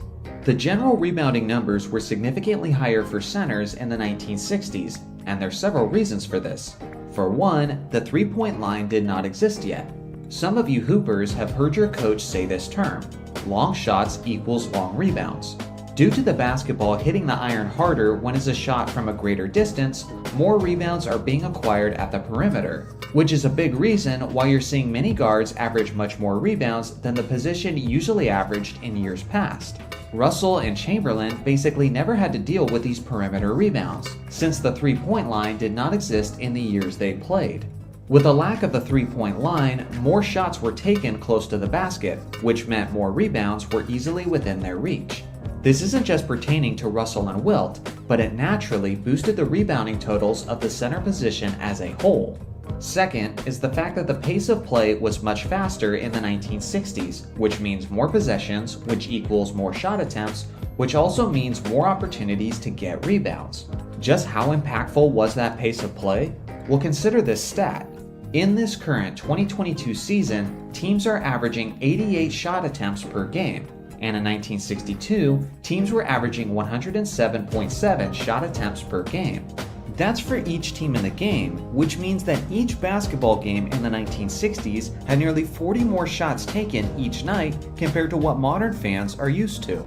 If roughly half of those shots are missed, then that's around 20 more rebounds that were up for grabs each night. But that's also if we assume that field goal percentages are about the same in the 60s, and they definitely were not. The third reason why rebounding was higher in the 60s was the fact that the league was, by and large, not as efficient shooting the basketball, as the jump shot was still early in its evolution. Today, teams are shooting about 46% from the field. In the 80s, they shot generally around 48% from the field, and in the 60s, it got as low as 41% from the field. Faster play, more shots, and less makes is a recipe for a massive rebounding advantage for 60s players. In this modern year in the NBA, teams are averaging about 44.8 rebounds a game. 60 years ago, they were averaging 71.4. That's basically the equivalent of making 2-point shots worth 3 points and making 3-point shots worth 4 points, and then acting surprised when more players are having 40-point games. So in conclusion, if someone asks you if Chamberlain and Russell were able to get all of those rebounds because of how good they were, or if it was because of the era they played in, the appropriate answer is simply yes. Throughout the decades, there have been many disappointing NBA franchises. Several organizations have a reputation of consistent losing. But in order to take the title of the most cursed franchise in NBA history, a team has to have more than just consistent failure. It needs to have the expectations and potential set to astronomically high levels just to end up falling tremendously short. One specific organization fits that description to a T: the Portland Trailblazers. Yes, Portland has one lone championship banner hanging up in the rafters, but that title goes all the way back to the year 1977, and considering the opportunities they've had, this is a franchise that should have many Larry O'Brien trophies, not just one. In order to understand just how far the franchise fell from its potential, we have to take it all the way back to the team's inception. The Portland Trailblazers started as an NBA expansion team in the 1970-71 season. Like most expansion teams, the Blazers struggled out of the gates, as they missed the playoffs in their first 6 seasons of existence. Fortunately, they had one of the all-time great centers by the name of Bill Walton. With Walton at the helm, the Blazers achieved the unexpected and won the NBA championship in the 1977 season. The Blazers started the following season looking as if they were ready to repeat, and through the first 60 games, they had a 50-10 record. At this point, many people in basketball circles were predicting this team to be an NBA dynasty. Unfortunately, this is where everything began to go downhill. Walton suffered a broken left ankle that caused him to miss the remainder of the season. This certainly wasn't anything out of the ordinary for Walton, as the guy has an injury history long enough to make even Anthony Davis blush. The thing is, Walton suffered so many reoccurring injuries that he began blaming the Blazers medical team and demanded that the organization trade him. Having recently won the championship, Portland's management was hesitant to trade their superstar big man, so in a protest, Walton sat out the entirety of the 78-79 season. By that point, Walton was now a free agent and signed with the San Diego Clippers. If there was anyone who put a curse on the Portland franchise, it was probably Bill Walton on his way out the door, as the Blazers have struggled to replicate their success ever since. After many years of missing the playoffs or early postseason exits, the Blazers found themselves in the 1984 draft with the 2nd overall pick. The incredible Hakeem Olajuwon had just been taken with the first pick by the Houston Rockets. Now remaining on the board was the hyped 7'1" prospect out of Kentucky, Sam Bowie, and then some shooting guard named Michael Jordan. With Portland on the clock, management considered the fact that they already had a young phenom by the name of Clyde Drexler at the shooting guard position. So instead of taking Jordan, they decided to select the big man Bowie, in order to fill their lacking center position. This is yet another great example of why you should draft players based on their talent and not by your position needs. Bowie went on to be a bust as he not only struggled with injuries, but he also failed to live up to the production levels that scouts expected. Meanwhile, Michael Jordan simply went on to be the consensus greatest player of all time. This was a mistake that still haunts Portland to this very day, but unfortunately, this wasn't the last time that they would make this kind of mistake. More on that in a bit. With an extremely talented roster, led by all-stars like Clyde Drexler and Terry Porter, the Blazers made it to the NBA Finals twice, in 1990 and in 1992. Unfortunately, they ran into two juggernauts. They were defeated by Isaiah Thomas and the Detroit Pistons in 1990, and then defeated by Michael Jordan and the Chicago Bulls in 1992. From this point on, the Blazers would consistently make the playoffs, but were never really considered again as true title contenders until around the year 2000. Led by players like Scottie Pippen, Rasheed Wallace, Arvydas Sabonis, and Damon Stoudemire, the 99-2000 Blazers won 59 regular season games and had a strong advantage late into the postseason. In Game 7 of the Western Conference Finals against the Los Angeles Lakers, Portland had a 13-point lead at the end of the third quarter, and momentum was clearly on their side. In the fourth quarter, things took a dramatic turn for the worse. Many people think the refereeing in this game was questionable, or even rigged, as the NBA may have had an agenda to get the Lakers to the finals. That may or may not have been the case. But what was even more questionable than the refs' motives was the Blazers' ability to handle the pressure, as they went completely scoreless for an 8-minute stretch in that fourth quarter, including 13 straight missed field goal attempts. Needless to say, the Blazers choked away the game as the Lakers went on to win the NBA championship. Despite having a deep and talented roster worthy of a championship, the early 2000s Blazers just couldn't stop stumbling over their own feet, as the team was deeply affected by their off-the-court issues, which earned them the nickname the Jailblazers. Along with that, they lacked maturity late in games, as players like Rasheed Wallace were consistently receiving technical fouls at a record rate. Based on their depth and their talent, this squad should have won a title, but instead, by the mid-2000s, the franchise was completely in rebuild mode. They appeared as if they were finally ready to turn their misfortunes around, as they had the first overall pick of the 2007 NBA draft. History would repeat itself though, as Portland once again had their eyes set on a 7-foot big man, this time a player by the name of Greg Oden. They took Oden with the first pick, and the player they passed up to do so was the incredible scoring assassin Kevin Durant. Due to his various injuries, Oden would only play 105 regular season games in his very short basketball career, and he had completely retired from the NBA by only the age of 26. Meanwhile, Kevin Durant would go on to be a 2-time NBA champion, a 2-time Finals MVP, an MVP, and is now widely recognized as one of the greatest players of all time. It was just like Sam Bowie and Michael Jordan all over again. Even though they botched yet another golden opportunity in the draft, it didn't yet appear as if all hope was lost, as the Blazers still had one of the most lethal weapons in the league, the young shooting guard Brandon Roy. At his peak, Kobe Bryant referred to Roy as the toughest player to guard in the entire Western Conference. But just like every other bright spot in Blazers history, this one didn't last very long either.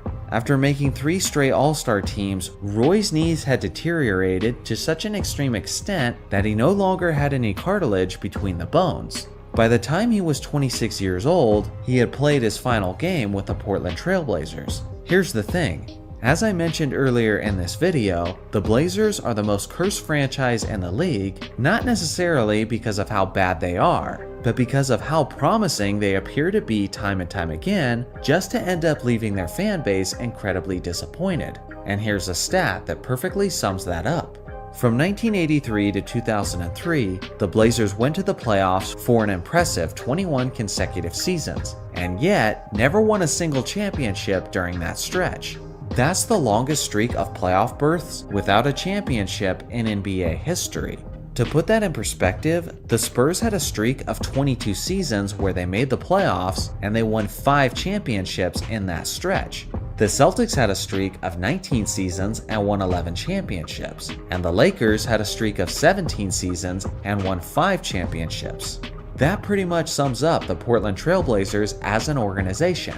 Typically, they're not good enough to win championships, but they're also consistently average, which means they're rarely in the draft lottery, which almost completely ruins their chances to acquire franchise players. And even then, when they are in the draft lottery, the universe still finds a way to screw it up for them, just like it did in these instances. All in all, the Blazers should have numerous championship banners in the rafters. They should have the jerseys hung of 2 of the greatest players of all time, and they should have several more Hall of Famers in their history, but unfortunately, injuries repeatedly destroyed those careers. This man had nicknames like Goliath and the record book for a good reason. He regularly had all-around performances that resulted in video game stat lines. The only reason why they don't blow our minds when we hear them is because we've already heard them so many times. Now, concerning Wilt's greatest games, he has many, but some are so insane that they demand all the attention and overshadow the others as a result. Everyone knows about his 100 points in 1962, his incredible quintuple-double game, his 55-rebound game against Bill Russell, and even his 78-point and 43-rebound game against Elgin Baylor and the Lakers. The thing is, Wilt has some other incredible performances that if they were achieved by literally anyone else, they would be immortalized in basketball history. But because it was Wilt that did it, it was just seen as another night and has flown under the radar. Today, we're diving into some of those games as we appreciate the greatest games from Wilt that no one talks about. First off, January 13th, 1962, when Wilt Chamberlain's Philadelphia Warriors defeated Walt Bellamy and the Chicago Packers 135-117. Wilt played all 48 minutes and dropped a ridiculous 73 points and 36 rebounds on 60.4% shooting. Wilt clearly only had one thing on his mind this night, as he didn't record a single assist. January 25th, 1960, when Wilt Chamberlain's Philadelphia Warriors defeated the Detroit Pistons 127-117.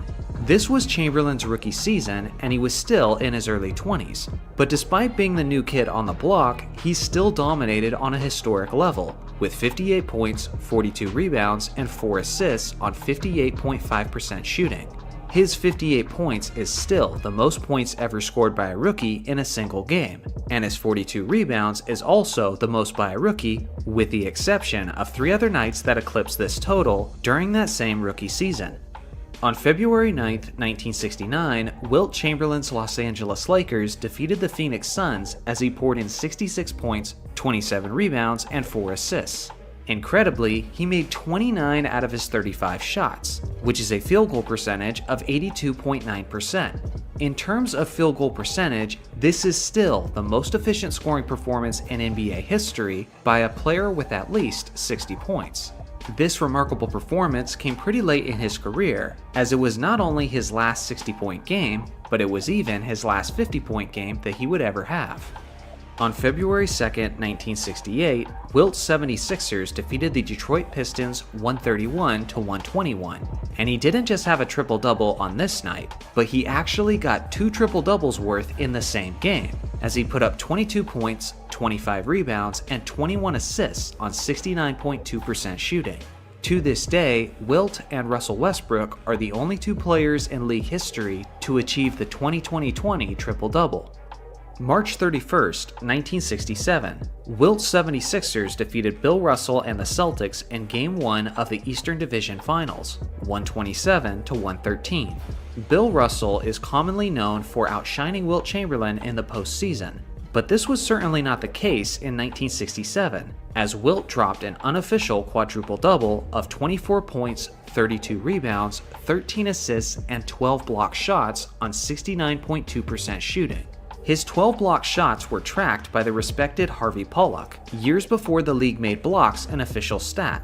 If this quadruple-double was recognized as an official achievement, then it would still stand today as the only quadruple-double in NBA playoff history. And the fact that it came against arguably the greatest defender ever only makes it more impressive. On February 24th, 1967, Wilt's 76ers defeated the Baltimore Bullets 149-118. On this night, Wilt had one of the greatest triple-doubles of all time, as he dropped 42 points, 30 rebounds, and 10 assists on 100% shooting. Yup, you heard me correctly. He didn't miss any of his 18 shot attempts, which is the most shots ever taken without a miss. It's unfortunate that we don't have his blocks numbers from this game, otherwise this stupid stat line would look even stupider. October 23rd, 1965, Wilt's 76ers defeated the Detroit Pistons 120-103.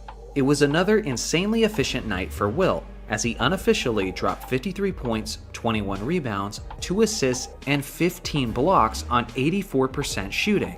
The only unofficial part of Wilt's stat line is the block shots, which were once again tracked by Harvey Pollock. With the blocks, it's one of the greatest two-way performances of all time, and without him, it's still pretty darn incredible. February 25th, 1962. In the only loss on the list, Wilt's Warriors were defeated by the New York Knicks 149-135.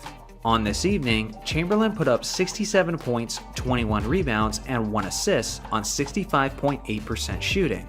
Now this game by itself is incredible, but what's most significant about this performance is that it was the beginning of an incredible streak.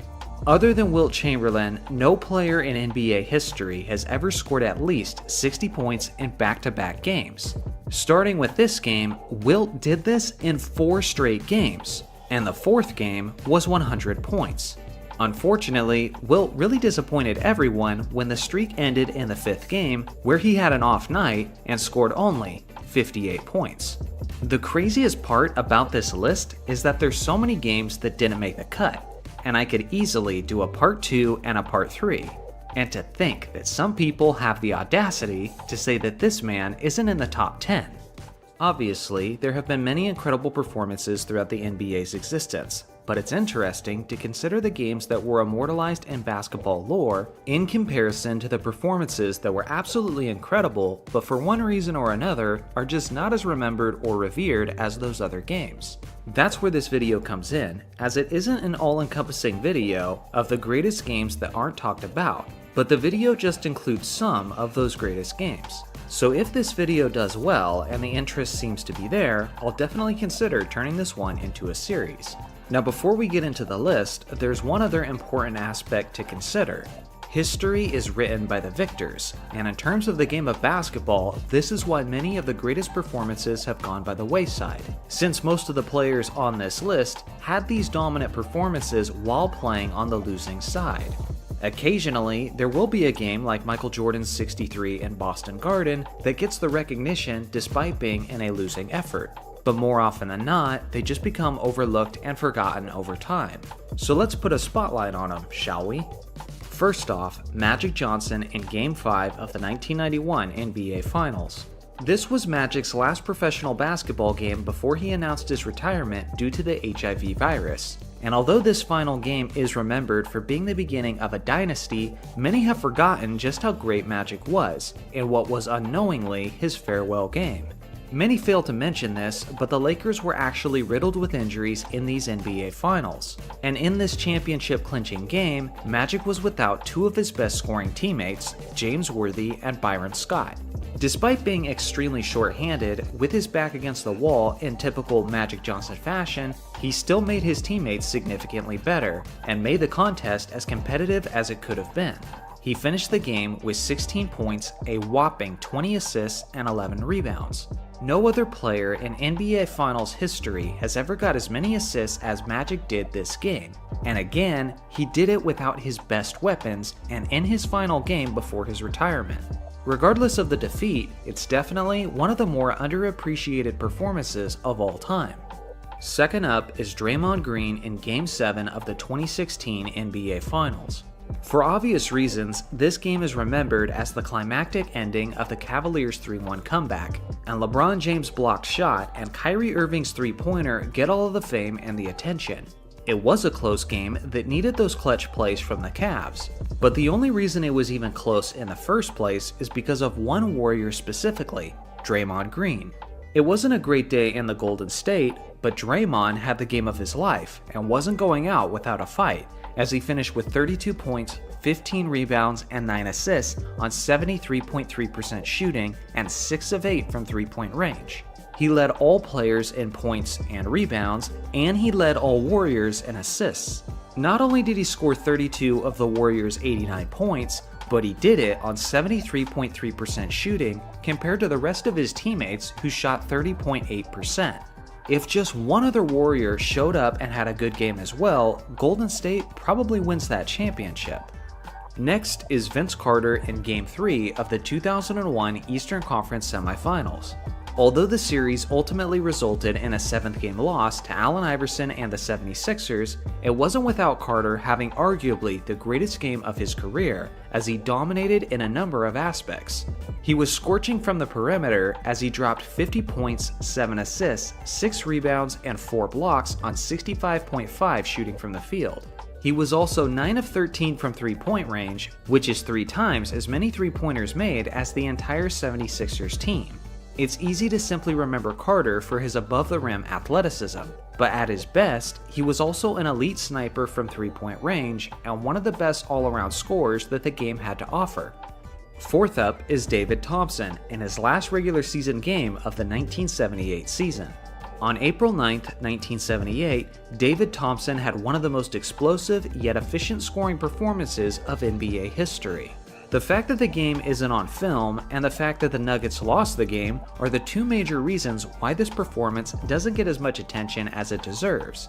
Thompson was trailing George Gervin by only 14 points for the league scoring crown, so Thompson obviously wanted to have a great scoring night, and that's exactly what he did.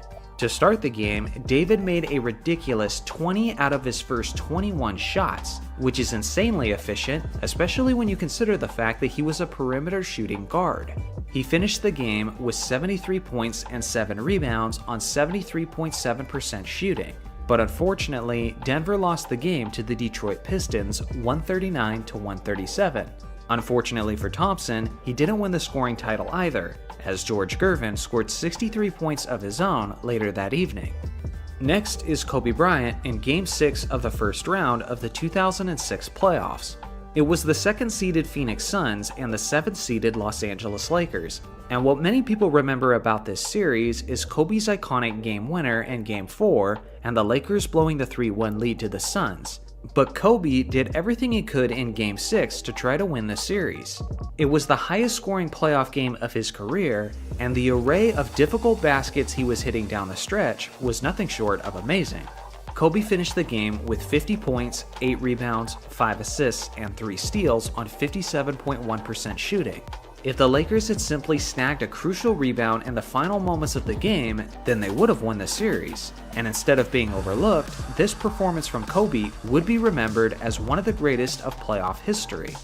Next on the list is John Stockton in Game 5 of the 1988 Western Conference Semifinals. It was a matchup with the defending champion Los Angeles Lakers, with the series tied at 2 games apiece. In this pivotal 5th game in Los Angeles, John Stockton had one of the best games the league has ever seen from the point guard position. He played all 48 minutes for his Jazz and poured in 23 points, 24 assists, 3 rebounds, and 5 steals on 50% shooting.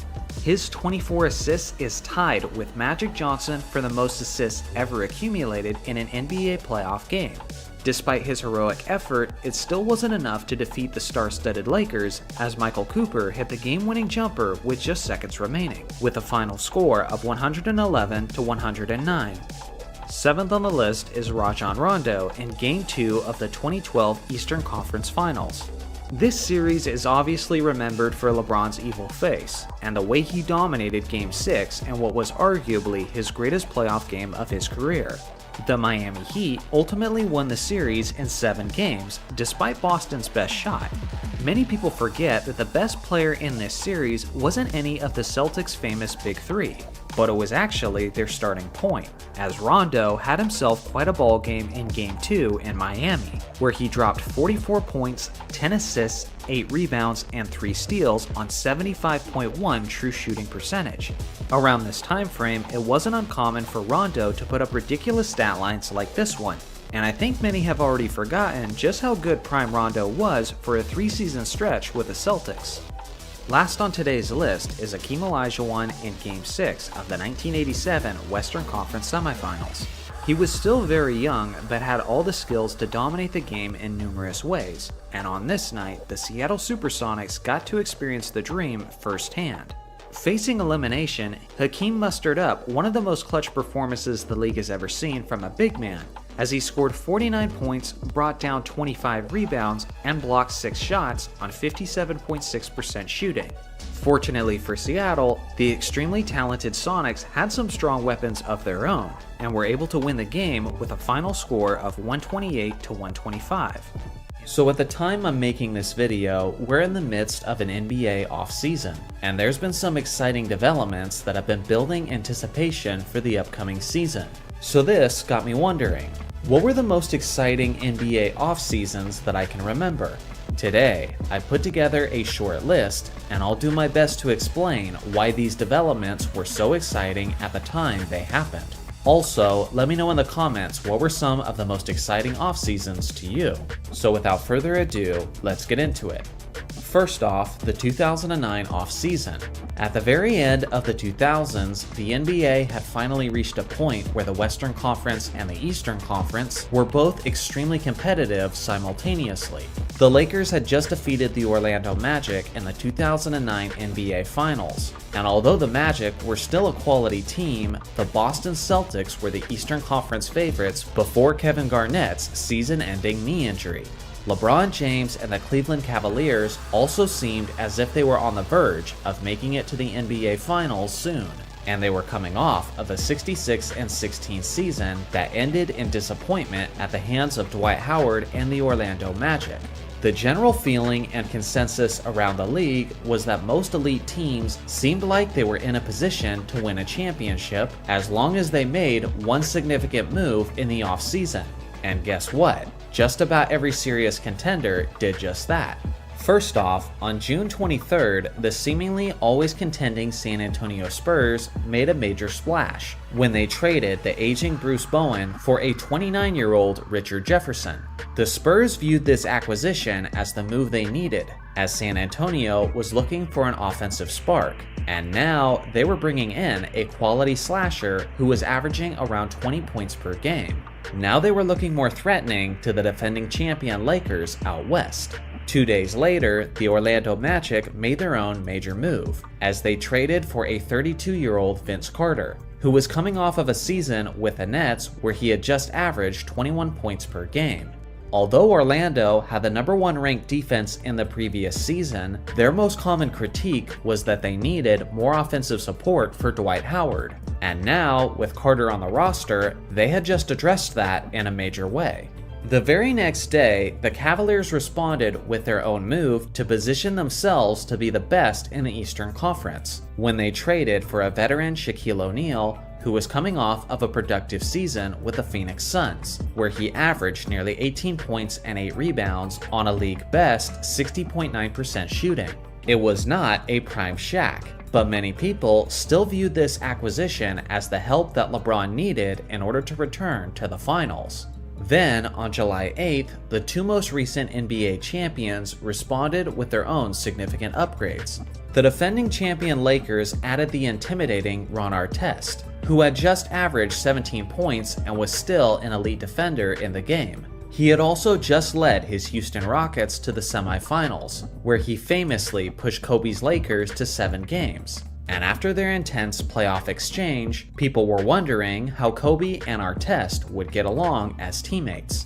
The Celtics responded by adding the 6'10 big man Rasheed Wallace, who brought even more championship experience and was a solid spark both offensively and defensively.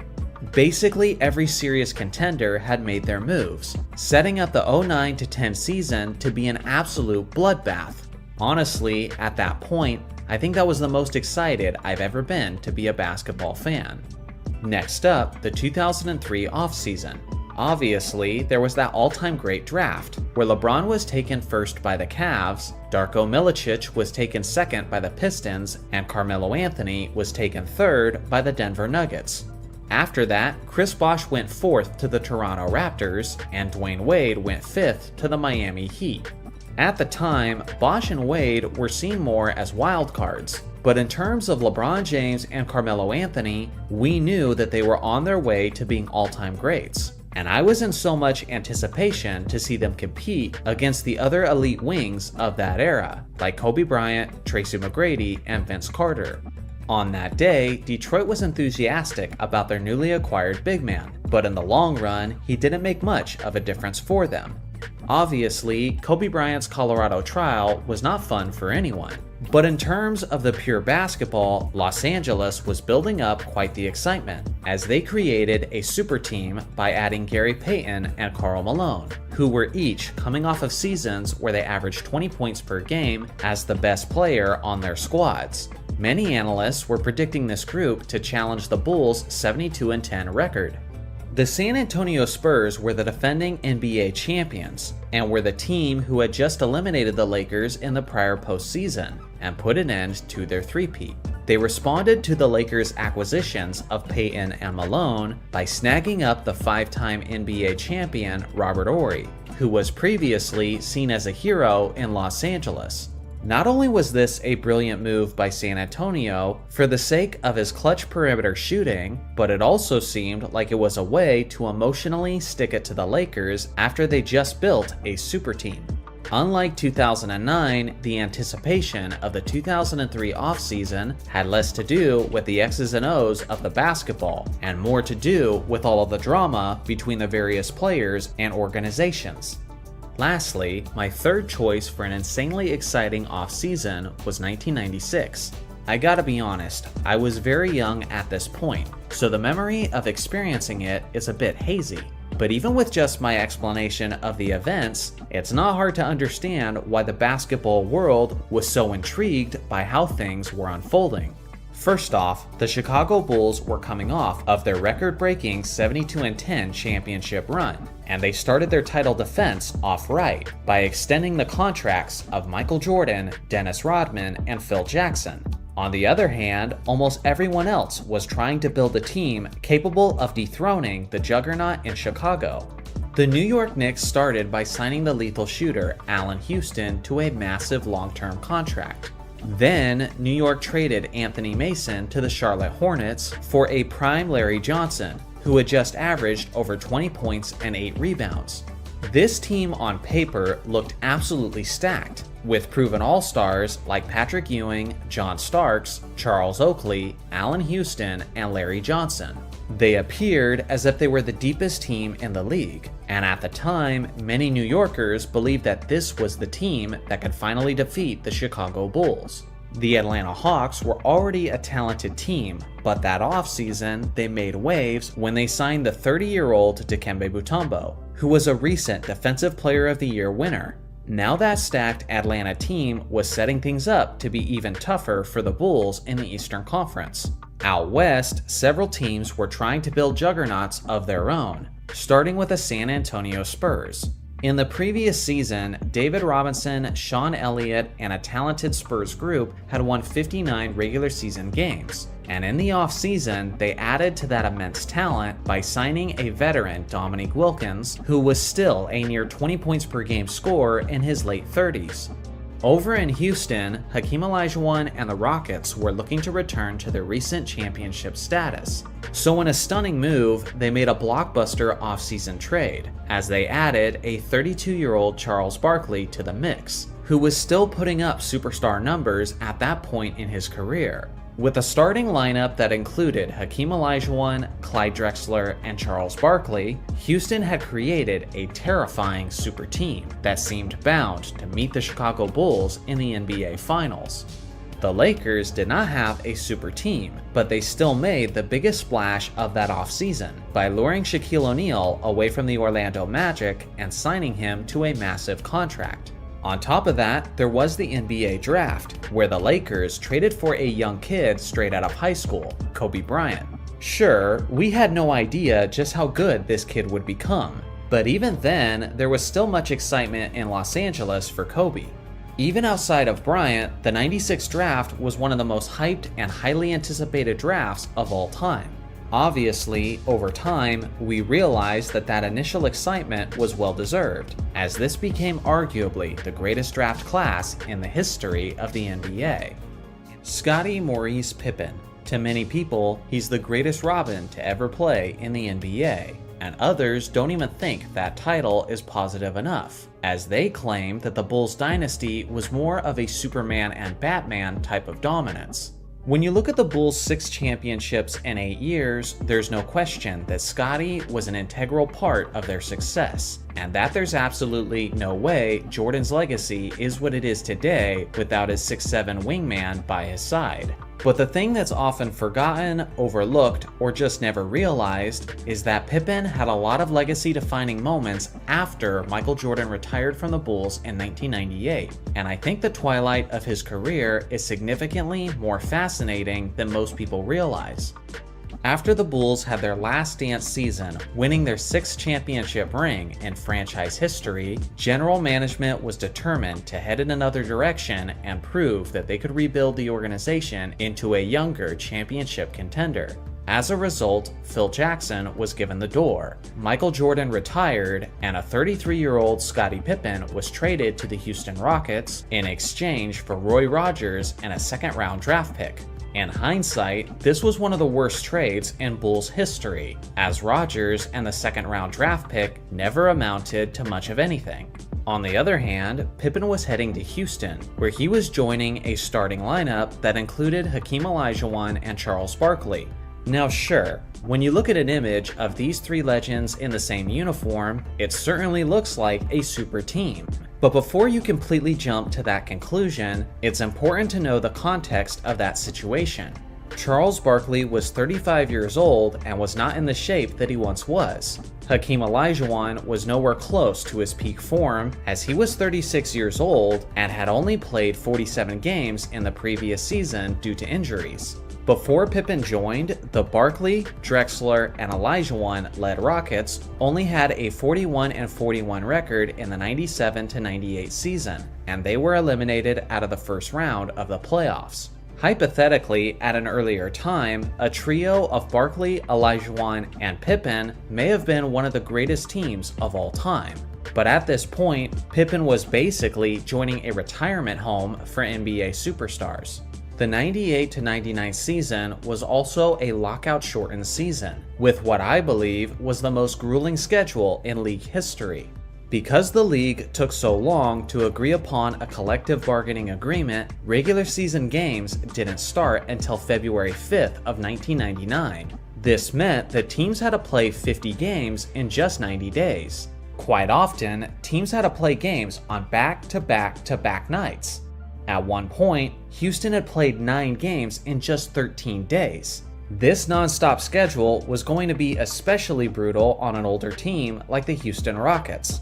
With that being said, the Stars put in their best efforts, as Pippen and Olajuwon played all 50 games, and Barkley played 40 out of the 50 games. Throughout the regular season, Pippen averaged 14.5 points, 6.5 rebounds, 5.9 assists, and 2 steals on 43.2% shooting, which was reduced numbers from his previous season in Chicago. But some of that may have been because of the fact that he had to share the ball with more offensively minded stars in Houston. He provided the team some fast break basketball and was the anchor of the squad's perimeter defense, which is why he earned a first-team All-Defense selection. The Rockets finished the regular season with a 31-19 record, securing the 5th seed in the Western Conference playoffs. In the first round, they were going up against a much younger Lakers team, led by Shaquille O'Neal and Kobe Bryant. This is where things first got weird for Scottie's career after Jordan. In this specific series, Scottie likely had the worst playoff game of his career and the best playoff game of his career. Houston narrowly lost Game 1 with a final score of 101-100, but Pippen did his part, putting up 14 points, 10 rebounds, and 8 assists. But in Game 2 in Los Angeles, the Lakers were on fire from the field, while Scottie couldn't get anything going, as he scored just 3 points on 0 of 7 shooting from the field. After this performance, the narrative was beginning to swirl in the media that Pippen had reached the end of his productive career. With his abilities in question and in a 0-2 hole against a younger squad, Pippen responded like the proven champion that he is, and in Game 3, he completely took over, as a helpless Kobe Bryant could do nothing to slow him down. Scottie dropped a playoff career high of 37 points and added 13 rebounds and 4 assists on 44.4% shooting, as he played all 48 minutes. He did all of that while a superstar teammate Hakeem Olajuwon only scored 5 points on 2 of 12 shooting. This resulted in a much-needed blowout victory for Houston. But in Game 4, the Lakers handled their business, closing out the series in the 4th game. Scottie attempted to go down fighting, and although he filled up the stat sheet, he didn't do it very efficiently, as he had 19 points, 17 rebounds, 5 assists, and 2 steals, on only 6 of 23 shooting. At the conclusion of that season, a frustrated Scottie requested a trade, and part of that frustration was because of his poor relationship with Charles Barkley behind the scenes. Later on, Barkley expressed his thoughts on Pippen requesting a trade, saying, "For him to want to leave after 1 year, it disappointed me greatly. The Rockets went out of their way to get Scottie, and the fans have treated him well, so I was just disappointed in him." To this, Pippen responded publicly by saying, "I wouldn't give Charles Barkley an apology at gunpoint. He can never expect an apology from me. If anything, he owes me an apology for coming to play with his fat butt." Well, he said he would never apologize. Not even at gunpoint. But as you know, I always carry a gun with me. So there is a chance. There's a chance. I'm gonna go to my truck and get my gun and see. So if I get arrested for murder, y'all know he didn't apologize. As a result, the Rockets did meet Pippen's request and traded the small forward to the Western Conference contenders, the Portland Trailblazers. Portland was a very talented on 45% shooting. He was also honored on the NBA's second all-defensive team. With a well-rounded, remarkably deep roster, the Portland Trailblazers finished the regular season with a 59-23 record, which was good enough for the second-best record in the entire league, behind only Shaq and Kobe's Lakers. At that time, heading into the playoffs, everyone believed that these two Western Conference powerhouses were on a collision course to meet in the West Finals, but that was yet to be seen. In the first round against Kevin Garnett and the Minnesota Timberwolves, Pippen led his team in points, rebounds, and steals as they comfortably eliminated the Wolves in just 4 games.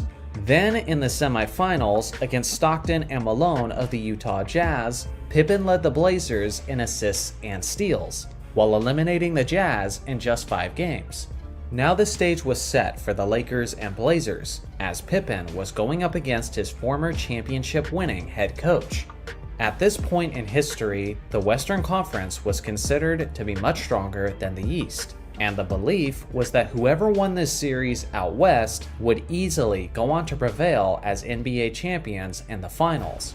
In Los Angeles, the Lakers convincingly won Game 1, regardless of the fact that Pippen dropped a solid 19, 11, and 5.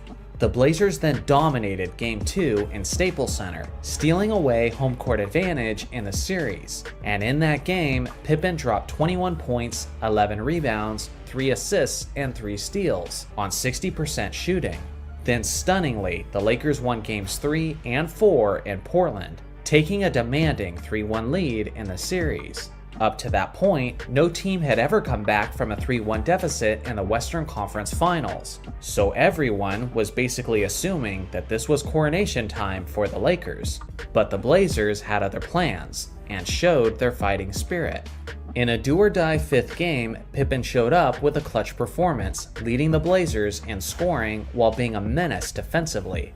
On the night, Pippen dropped 22 points, 6 rebounds, 3 assists, 6 steals, and 4 blocks on 67% shooting, resulting in a 96-88 victory. Then, back in their building for Game 6, the Blazers convincingly controlled the game, forcing a Game 7 in Los Angeles with a final score of 103-93. Under Scottie Pippen's leadership, the Blazers were just 1 game away from completing one of the greatest comebacks in playoff history, but they were going to have to do it in Los Angeles.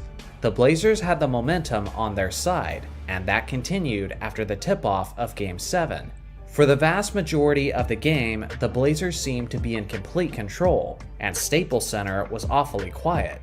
At the end of the first quarter, Portland had a 7-point lead, and at the end of the third quarter, that lead had increased to 13.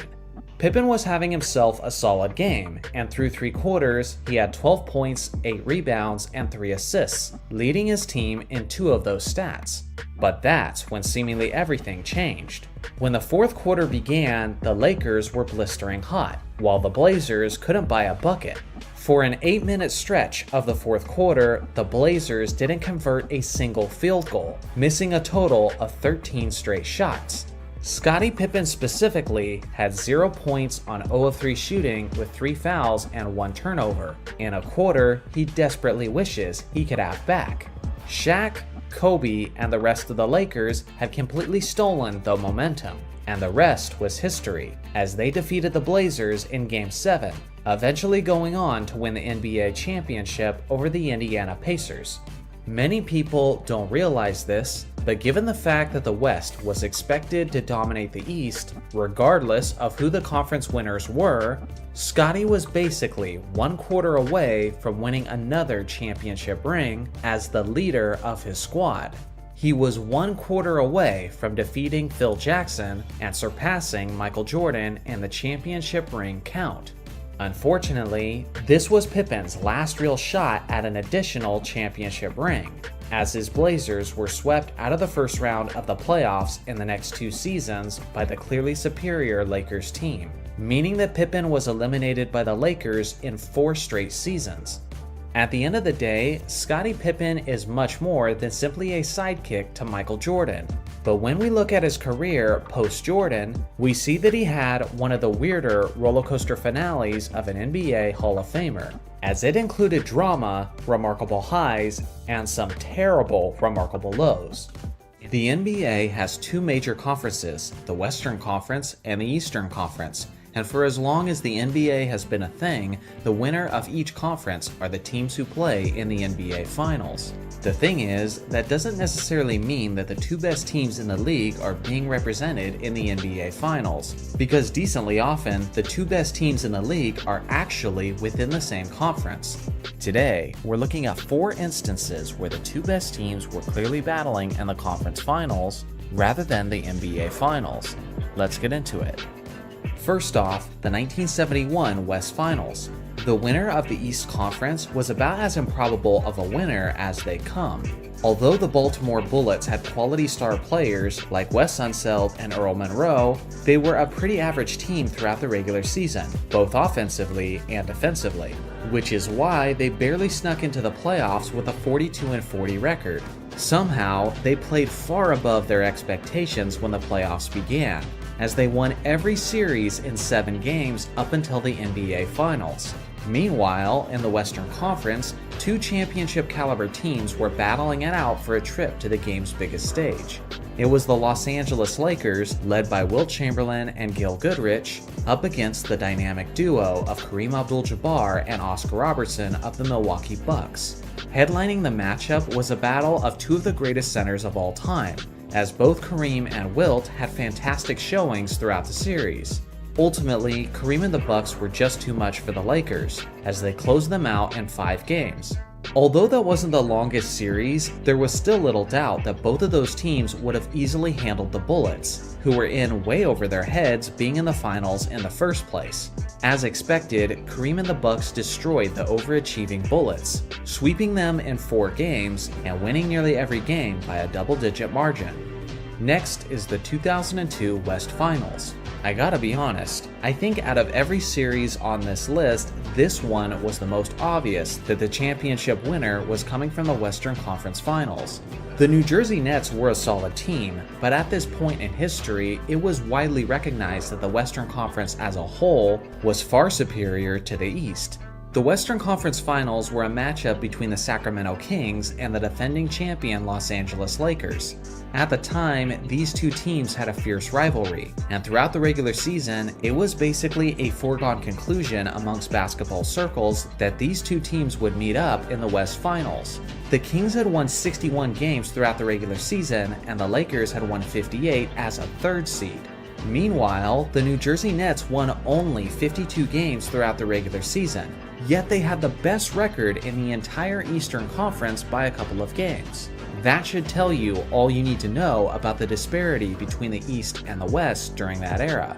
The Lakers and Kings series was an absolute classic, but it was also a series mired with controversy.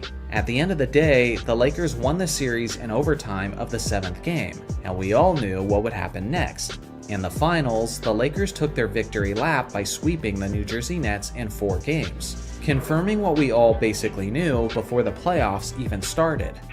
Next up, the 2009 West Finals. That season, the winner of the Eastern Conference was the Dwight Howard-led Orlando Magic, and although they were a solid team, their road to the finals was a bit easier than it should have been, considering how the defending champion Boston Celtics lost their superstar Kevin Garnett to a knee injury before the playoffs began. If it wasn't for the injury, everyone would have expected a finals rematch between the Lakers and the Celtics in the finals. Now, the Western Conference Finals was a matchup between the motivated Los Angeles Lakers and the extremely hot Denver Nuggets. Now, the Magic did have a better record than the Denver Nuggets, as the Magic won 59 games throughout the regular season, while the Nuggets won only 54. But you have to consider that the Magic were playing a majority of their games against a weaker Eastern Conference, while the Nuggets were battling it out with a much tougher West. The other part you have to consider is how the Nuggets were building team chemistry throughout the season. Early during that season, the Nuggets traded Allen Iverson to the Detroit Pistons for the former Finals MVP Chauncey Billups.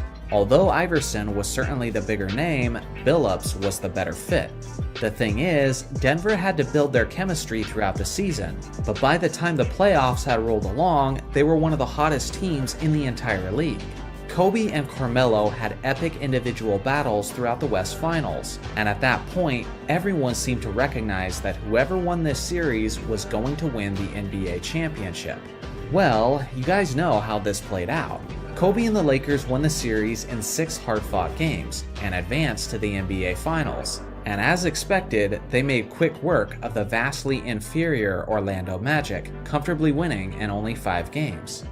Lastly is the 2018 Western Conference Finals. For LeBron James fans, this season is remembered fondly for James's incredible effort throughout the regular season and the postseason, carrying his Cavs to the NBA Finals.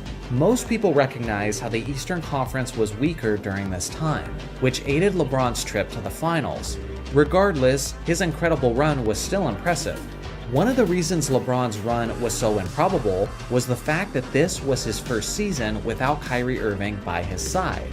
When you look at that Cavs roster from top to bottom, anyone who knows basketball could see how they didn't have the same level of talent as the top 2 teams in the Western Conference. Those squads were the juggernaut Golden State Warriors and the 65-17 Houston Rockets.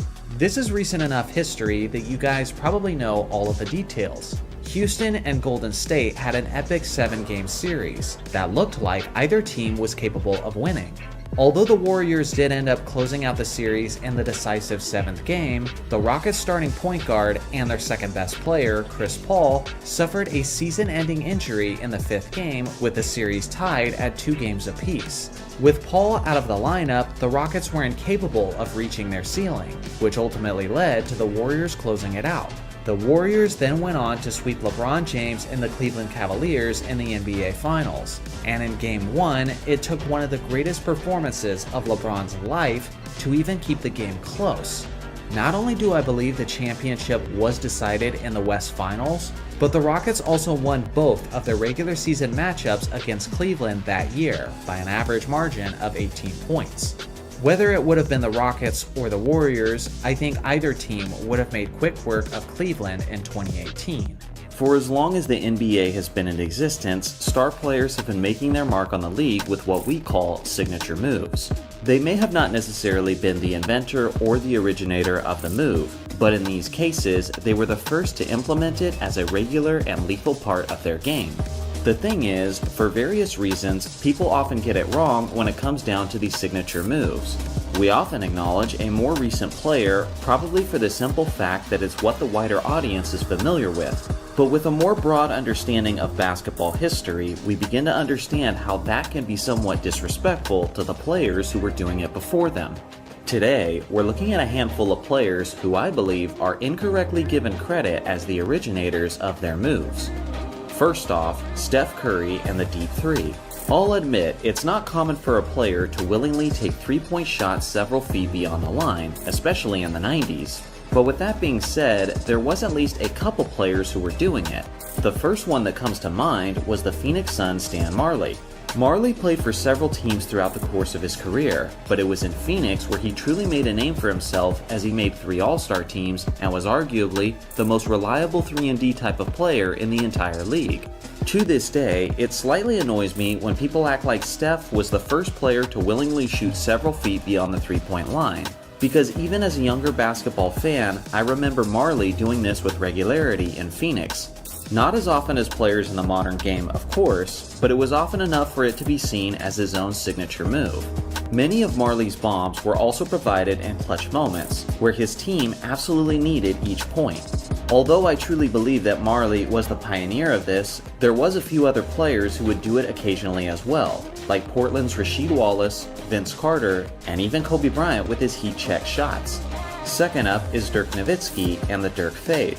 Dirk Nowitzki's fadeaway jumper has become iconic, and given the fact that he's a 7-footer, it's one of the most difficult shots to defend of basketball history. Stylistically, it's very different from the fadeaways of guys like Michael Jordan and Kobe Bryant.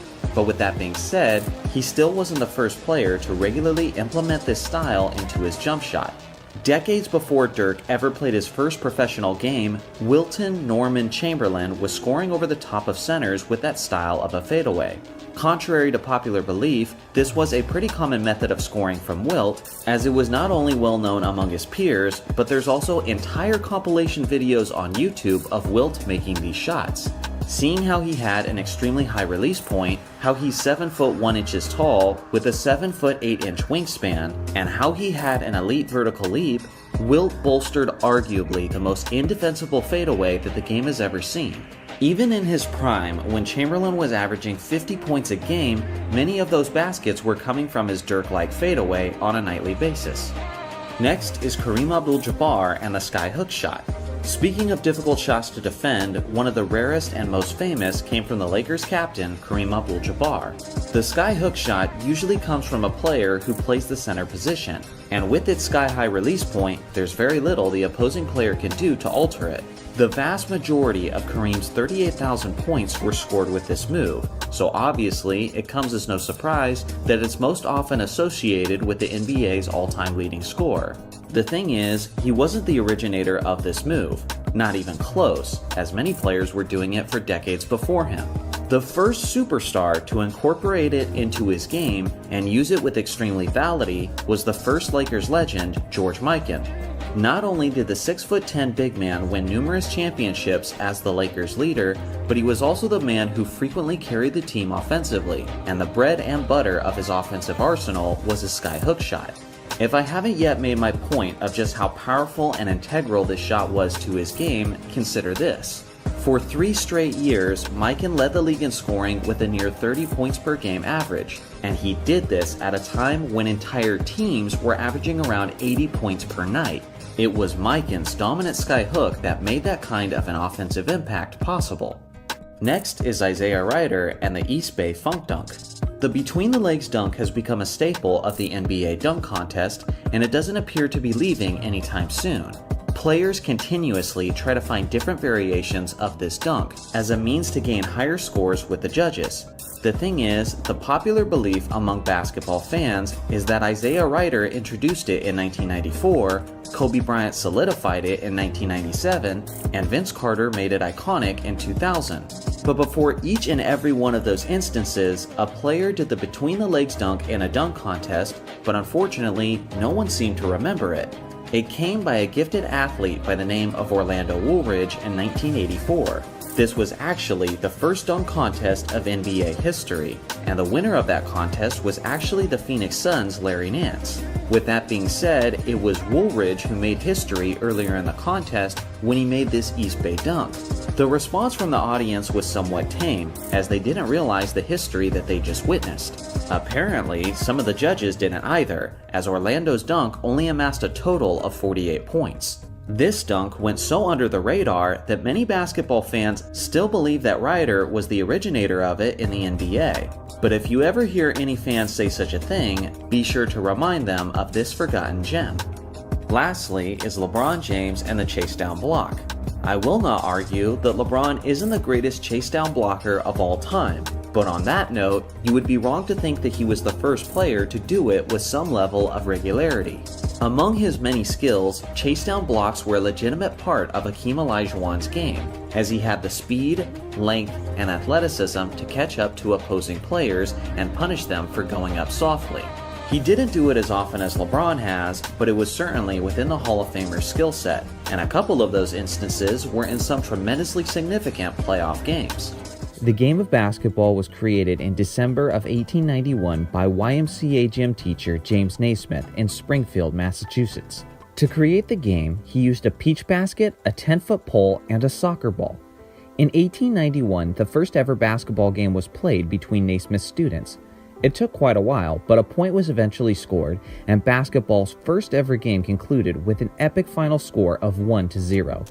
James Naismith would adjust the rules of the game over the next 20 years, and the game would continue to evolve. In 1892, dribbling became a legal move. In 1893, the first ever women's collegiate basketball game was played. In 1895, the popularity of basketball spread, and basketball became an established sport that was played through numerous high schools and college universities. By 1901, basketball collegiate competition was taking place all around the United States.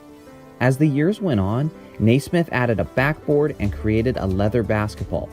In 1906, an iron ring with a woven net was used and replaced peach baskets. In the 1920s, small basketball leagues were forming around the country. Among these groups that formed were the Harlem Globetrotters, whose flashy and entertaining style helped spread basketball's popularity. In 1936, basketball officially became an Olympic sport, with the gold medal game played outside in raining conditions. In 1937, professional basketball established the NBL, meaning the National Basketball League, which became the first official pro basketball league. In 1939, NCAA basketball held their first official championship tournament. In 1946, competition arose for the NBL.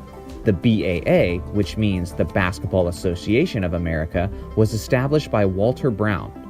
The NBL's popularity was slightly greater than the new BAA, but the BAA was quickly on the rise while hosting major basketball games in the Boston Garden and Madison Square Garden.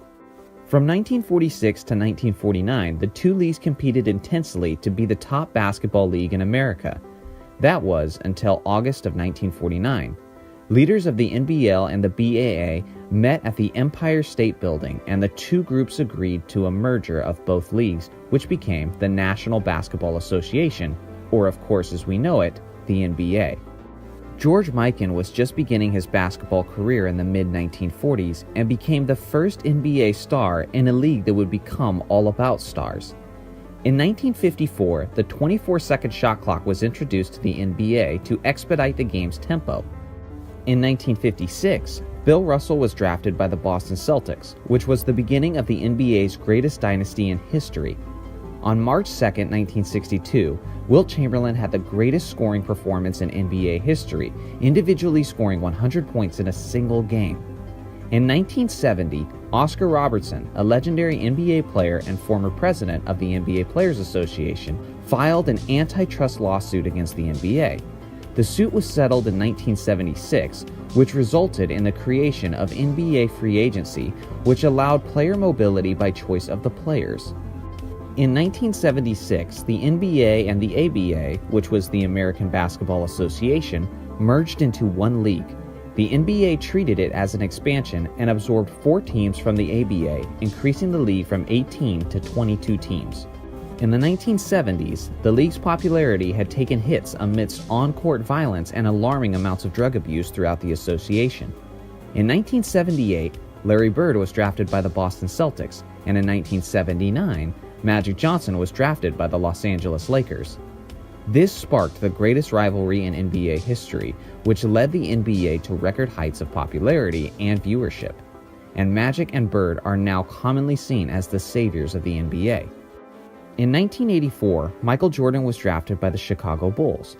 Michael would be the one to take the torch from Bird and Magic, and Jordan would carry the league to new heights throughout the 1990s. In 1992, the USA Olympic basketball team included NBA players for the first time in Olympic history. Led by Jordan, Magic, and Bird, the Dream Team dominated the Barcelona Summer Olympics, and the team is commonly credited for increasing the NBA's popularity onto a global scale. After Jordan's final retirement in 2003, players like Kobe Bryant, LeBron James, Tim Duncan, Allen Iverson, and Steph Curry took the torch and have helped the NBA's brand grow into the league we know and love today. If you've ever been a part of NBA debates that involve discussions about the 1980s, then you know that people can be pretty divided on their opinions on the style and quality of basketball that came from that era, and even about what that era represented. As someone who loves that era of NBA basketball, and who has personally watched hundreds of hours throughout my life of it, I feel like I can offer a bit of clarification on how people can accurately view this decade. I want to start by tackling several aspects about the decade and talk about what's true, what isn't true, and what you might have not known. First, we'll start with one of the most argued over topics, defense. The current perception of 80s defense depends on who you ask. If you ask a fan from an older generation, more often than not, they're going to tell you that defense was greater at that time, that back then, they played grown man defense. They would always punish each other physically back then, and nowadays, they can barely even touch each other. This is their narrative. But if you ask a lot of younger fans, they don't have to deal with the nostalgia bias, but they also have the disadvantage of not actually watching those games. Those younger fans will say things like defense was less advanced back then, and that it was easier to score and not as physical as advertised. There's even compilation videos on YouTube of bad defense from the 80s, where guys are given little resistance and minimal hustle and effort is on display. So what gives? You've got two different groups saying totally opposite things about a specific decade. Well, as usual, the truth lies somewhere in the middle and a little off to the side. Let's start with the facts and details we know about 80s basketball. In today's current NBA, teams average 111.7 points per game, which is really high. It's actually the highest since the days Wilt Chamberlain played basketball. Now, the 1980s was actually very close in total offense. Throughout that decade, teams usually averaged around 109 points per game, which is also a lot of offense. Not only that, but throughout the 80s, teams shot 48% from the field compared to today's 46%.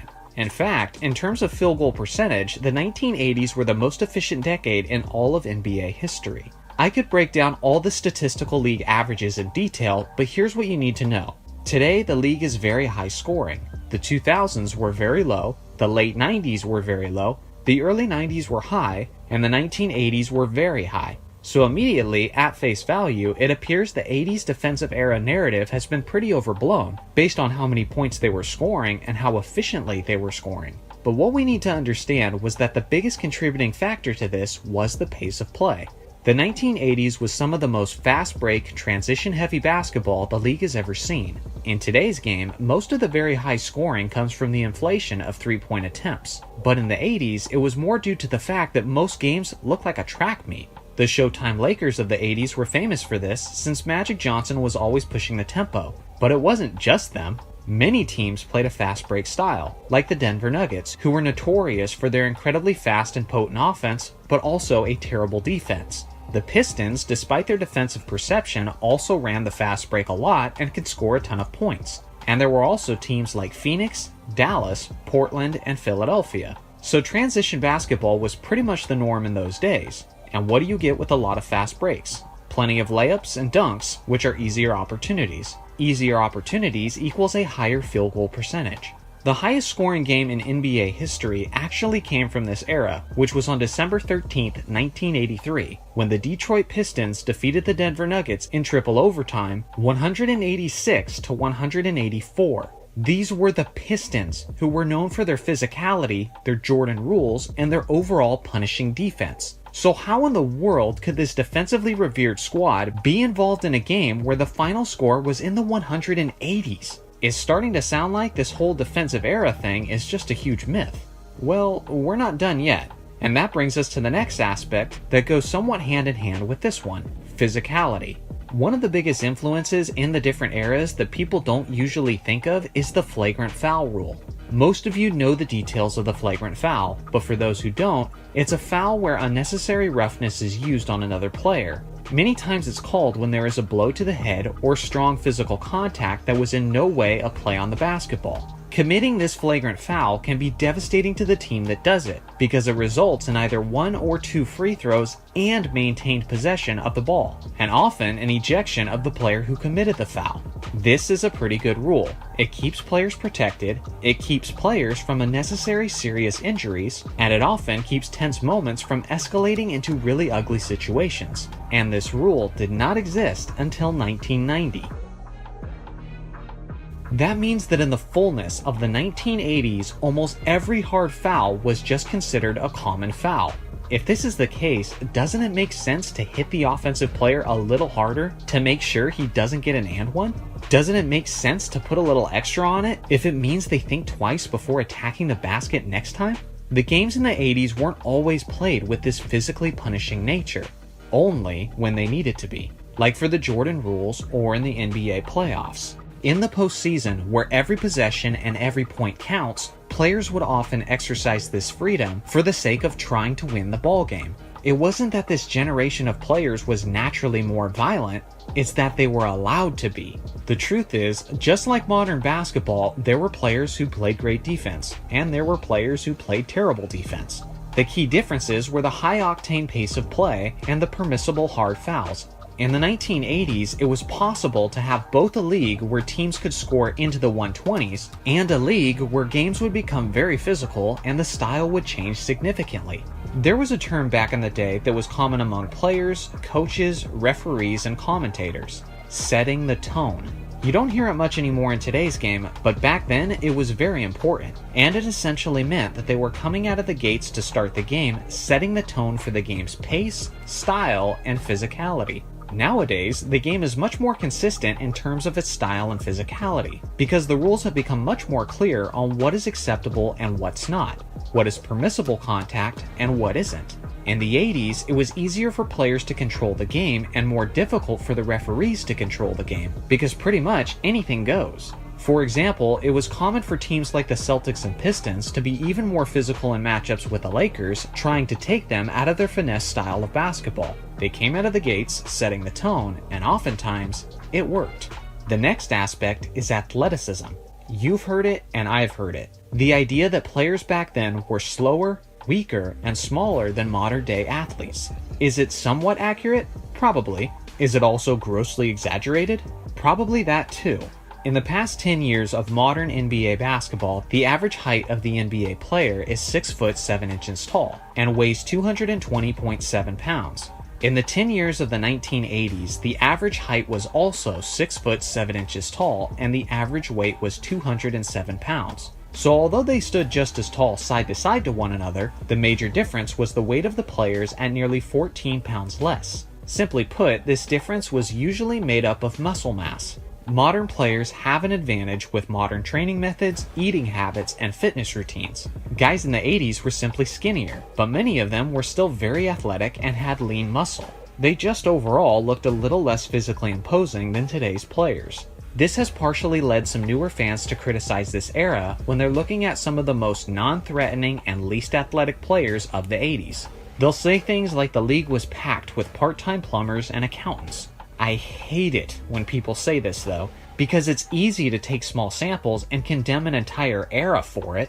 It's almost like when people think of the state of athleticism in 2020, they automatically think of Giannis. And when they think of the state of athleticism in the 90s, they think of Jeff Hornacek. The problem with that is that it's erring on an extreme example and isn't a proper survey of the athleticism of the league as a whole at that time. Want another example? Picture 20 years from now. People are hating on LeBron James, saying he didn't play in a strong era of real athleticism, and here's their future arguments. How strong is LeBron's era in 2016 when he lost the MVP race to a guy who struggles to dunk a basketball? How strong could that era have been when one of the best players in the league was someone who was consistently overweight? In LeBron's era, he played against plumbers like JJ Redick and Kelly Olynyk. How weak were the athletes in LeBron's era if a guy who was only 5 foot 9 inches tall could average nearly 30 points per game? Don't you guys see how ridiculous and biased these statements are? Although many of the statements are true to an extent, they're cherry-picking details and acting as if it's the complete picture. They're completely lacking context, but statements like these are usually just emotionally motivated agendas in order to build a negative narrative about a player that they don't like as much as their favorite player. People do this all the time with the 1980s. But when you look around the league in that era as a whole, you see guys who were incredible athletes like Dominique Wilkins, Kenny Skywalker, Michael Jordan, Daryl Dawkins, Charles Barkley, Gerald Wilkins, Julius Erving, Shawn Kemp, Xavier McDaniel, Hakeem Olajuwon, Karl Malone, James Worthy, Tom Chambers, Darrell Griffith, David Thompson, Terrence Stansbury, Clyde Drexler, Larry Nance, Dennis Rodman, Orlando Woolridge, David Robinson, Roy Hinson. Seriously, do I need to keep going? Many people are just too young or weren't watching at that time to know about a lot of the freakishly gifted athletes of the 1980s, just like how 20 to 30 years from now, many people won't know about many of the great athletes we watch in today's game. The final aspect is competition. I'll make this one quick, but since the 1960s when the Boston Celtics ruled the basketball world, the 1980s were the toughest era of competition in terms of how hard it was to break through and win a championship. That was because the 80s were, as I call it, the era of super teams. There was so much talent at the top of the league, and you had several dynasty-worthy rosters consistently duking it out. Part of that was how the league was rich with stars, but the other part was how there were only 23 teams in the league. Imagine today's NBA, and then we eliminate 7 of the teams, and then distribute the talent from those teams to the remaining 23 teams. Naturally, what would you get? A handful of super teams. This was essentially the NBA in the 1980s. Look around the teams of the league and who won championships in that decade. If you had just 1 or 2 stars on your team in that era, you're not winning a championship. You needed 3 or 4 and a deep bench just to even win 1 ring. With all this being said, am I saying that the 80s was the greatest era of basketball? Not necessarily, but it was a great era, with a crazy history, and with a fantastic collection of talent and athletes, and it certainly deserves your respect. This is a topic I've wanted to tackle for a while because it's something that has people pretty divided whenever it comes up. And as one of the ultimate Kobe Bryant fans who watched basically the entirety of his basketball career, I thought I should give my perspective on it as well. Now, when it comes to Kobe's abilities as an offensive player, there isn't a tremendous amount to be debated. Simply put, he's one of the greatest scorers in NBA history. He's currently 4th on the NBA's all-time scoring list. He has the 2nd greatest scoring performance of all time, which is when he dropped 81 points on the Raptors. And he has the longest streak of 40-point games and 50-point games by anyone not named Wilt Chamberlain. If you ask me personally, I don't think Kobe was the greatest scorer in NBA history, but I do believe he was the most impressive scorer of all time, as no one could consistently make the insanely difficult shots that he could make on a regular basis. To me, this aspect of Kobe's legacy is unwavering, and most people tend to agree that he's one of the greatest scorers of all time. But then, there's the other side of the court, and this is where things get a bit more shaky. If I asked you if Kobe Bryant was one of the greatest defensive players in NBA history, what would your answer be? He certainly has the reputation of being a great defensive player, and in numerous instances, Kobe displayed what he was capable of on that end of the court. To me, the greatest example of Kobe's tenacity and defensive excellence was when he led the Redeem team in the 2008 Summer Olympics. Kobe understood full well that with that stacked roster of offensive superstars, he wouldn't need to be as aggressive offensively, and instead decided to focus his energy on the defensive end of the court. That summer, he accepted the assignment of shutting down the best player on the opposing teams. And Kobe's Olympic teammates have spoken at length about how his mindset and leadership motivated the team defensively, which helped them secure the gold. At least in that time frame, Kobe was absolutely elite defensively, as he demonstrated his lockdown abilities when he set his mind to it. But that begs the question, did Kobe always set his mind on being a lockdown defensive player? Here's something to consider. In the history of the NBA, Kobe is tied for the most first-team all-defensive selections with a total of 9. The players he is tied with are Michael Jordan, Kevin Garnett, and Gary Payton. So based on that, some may consider him on the same level as those other defensive players. Well, the thing is, of the players in that group, Kobe is the only player who never won the Defensive Player of the Year award. Jordan won the award in 1988, Gary Payton won it in 1996, and Kevin Garnett won it in 2008. In fact, Kobe never finished higher than 3rd overall in the DPOY race, and other than that single season in 2000, he never finished higher than 5th.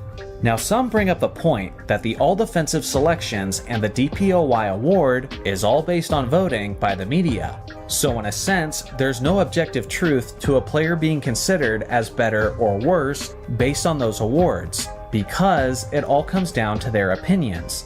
While there is some truth to that point, you also have to consider the aspects that are less about opinions and more about the bottom line. For example, defensive statistics. Given how Jordan and Kobe have the same amount of first-team all-defensive selections, and Kobe actually has more defensive selections overall, let's focus a bit on a comparison between these two defensively, seeing how they both play at the same position and with similar styles. Jordan specialized as a defensive pickpocket. He was good at reading defenses and jumping the passing lanes. With his massive hands and with his tremendous strength, he was also very good at stripping the ball from the opposing ball handler. In Jordan's first 9 seasons before his retirement in 1993, he didn't have a single season where he didn't average at least 2 steals per game. In 3 of those seasons, he actually led the league in steals per game. On the other hand, Kobe only had 1 season in his 20-year career where he averaged at least 2 steals per game, and he never once led the league in that category. Despite the fact that Kobe played 5 more seasons and nearly 300 more games in his career, Jordan actually leads Bryant on the all-time steals list by nearly 600 steals. To put it simply, when it comes to forcing turnovers and stripping the ball from the opponent, MJ was on another level entirely. So let's look at another aspect of defense, blocking shots. Earlier in Kobe's career was when he was at his best as a shot blocker, which makes sense since his explosiveness and his vertical leap was at its greatest during his Froby days. With that being said, Kobe only had 1 season in his entire NBA career where he averaged at least 1 block per game, and that was a lockout-shortened season in 1999. On the other hand, Jordan had 4 seasons where he averaged at least 1 block per game, getting as high as 1.6 in 1988, which is actually the highest blocks per game average by a guard in NBA history. Along with that, MJ also had a higher career average than Kobe as well. There are other stats that should factor into this comparison as well, like advanced stats, and one of the examples of that is defensive win shares. At Kobe's best in the year 2000, he had a grand total of 4.5 defensive win shares over the course of that season. On the other hand, Jordan exceeded that total in 9 different seasons of his career, getting as high as 6.2 in 1996. Now listen, clearly all of these defensive stats are in favor of MJ. And I'm not bringing these up in an attempt to slander Kobe by any means, as he was at the very least a very good defensive player, but I'm simply pointing out that there's layers to this thing. Now with all of these stats mentioned, some might want to point out that defensive statistics aren't always the best metric to understand the greatness of a defensive player. And you know what? That's a decent point. For example, Dennis Rodman is widely recognized as one of the greatest players of all time by pretty much everyone. Yet Rodman was nothing terribly impressive from a statistical standpoint, as he never had one season where he averaged at least 1 steal or 1 block in the entirety of his NBA career. Some of you may be wondering, if that's the case, what makes him a great defensive player? Well, that would be his skill that doesn't show up on the stat sheet, which is his smothering on-ball defense. A defender can be all over the offensive player and be consistently forcing him into making bad passes and taking bad shots. And for the most part, this wonderful defensive quality will not show up on the stat sheet. So with that in mind, let's revisit the comparison and evaluate how good Kobe was as an on-ball defender. A lot of this relies on personal experience and the eye test. From my observations, Kobe was a much better on-ball defender earlier in his career, as he began conserving some of his energy as he got later into his career. I also believe that Kobe was what I call a situational defender. The Mamba was the kind of elite defensive player who would pick his spots, based on the gravity of the moment, who he's up against, and what he's trying to prove. I don't think it will come as a surprise to anyone when I say that Kobe didn't always have the same intensity defensively as he had in the 2008 Summer Olympics. That's because he picks his spots, and that was a spot he picked. Obviously, we've all seen the highlights of Kobe putting the clamps on guys like Dwayne Wade and Kyrie Irving, and in large part, that was because Kobe accepted the challenge of a one-on-one superstar matchup. That was a spot he picked. But as a longtime Lakers fan, I also remember many instances where Kobe got a little lazy on defense and maybe relied a little too heavily on guys like Andrew Bynum to contest his cutting man at the rim. Although Kobe was capable of being the best defender on the court at any time, I also don't remember him bringing his best effort as consistently as guys like Jordan and Rodman. Don't just take it from me though, take it from his championship head coach, Phil Jackson. In his book called The Last Season, which was about the 2004 Lakers, the Zen Master had this to say about the Mamba. Kobe's defense, to be accurate, has faltered in recent years, despite his presence on the league's all-defensive team. The voters have been seduced by his remarkable athleticism and spectacular steals, but he hasn't played sound, fundamental defense. Mesmerized by the ball, he gambles too frequently, putting us out of position, forcing rotations that leave a man wide open, and doesn't keep his feet on the ground. This was Phil's honest perspective after the team imploded with their finals loss in 2004. Since Jackson was then retired at that point, that was probably the most genuine response we could have got from him. That was far from the last time that Phil would comment on Kobe's defensive abilities. And around the year 2010, Phil said that Kobe started winning some of his defensive selections based off of his tenacious reputation and not so much of his actual play on the court. Now, it's no secret that Phil liked to play mind games with his players, and it's possible that he was saying this as a way of motivating his star player to step up his game.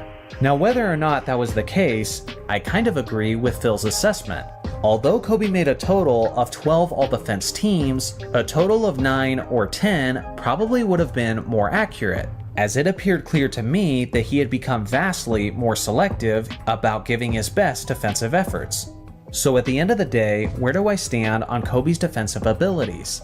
Well, like I said before, he was a top defensive player who was capable of being the best defender on the court any given night, and many times he was. The problem with his defense, according to Phil Jackson and myself, is that Kobe wasn't as consistent as other great defenders, and he didn't have the longevity in that area either. In my own words, I would say that Kobe was a very, very good defensive player. But unlike some other Kobe fans, I think it's a step too far to say that he was one of the greatest defensive players of all time. Throughout the decades, there have been several superstar players who have dominated the league. And then, on the other hand, there have been other star players who became victims of that dominance. Today's video is about the NBA legends who ruined, or at the very least, greatly altered the legacy of another star player. And let me know in the comments what you think are some other examples.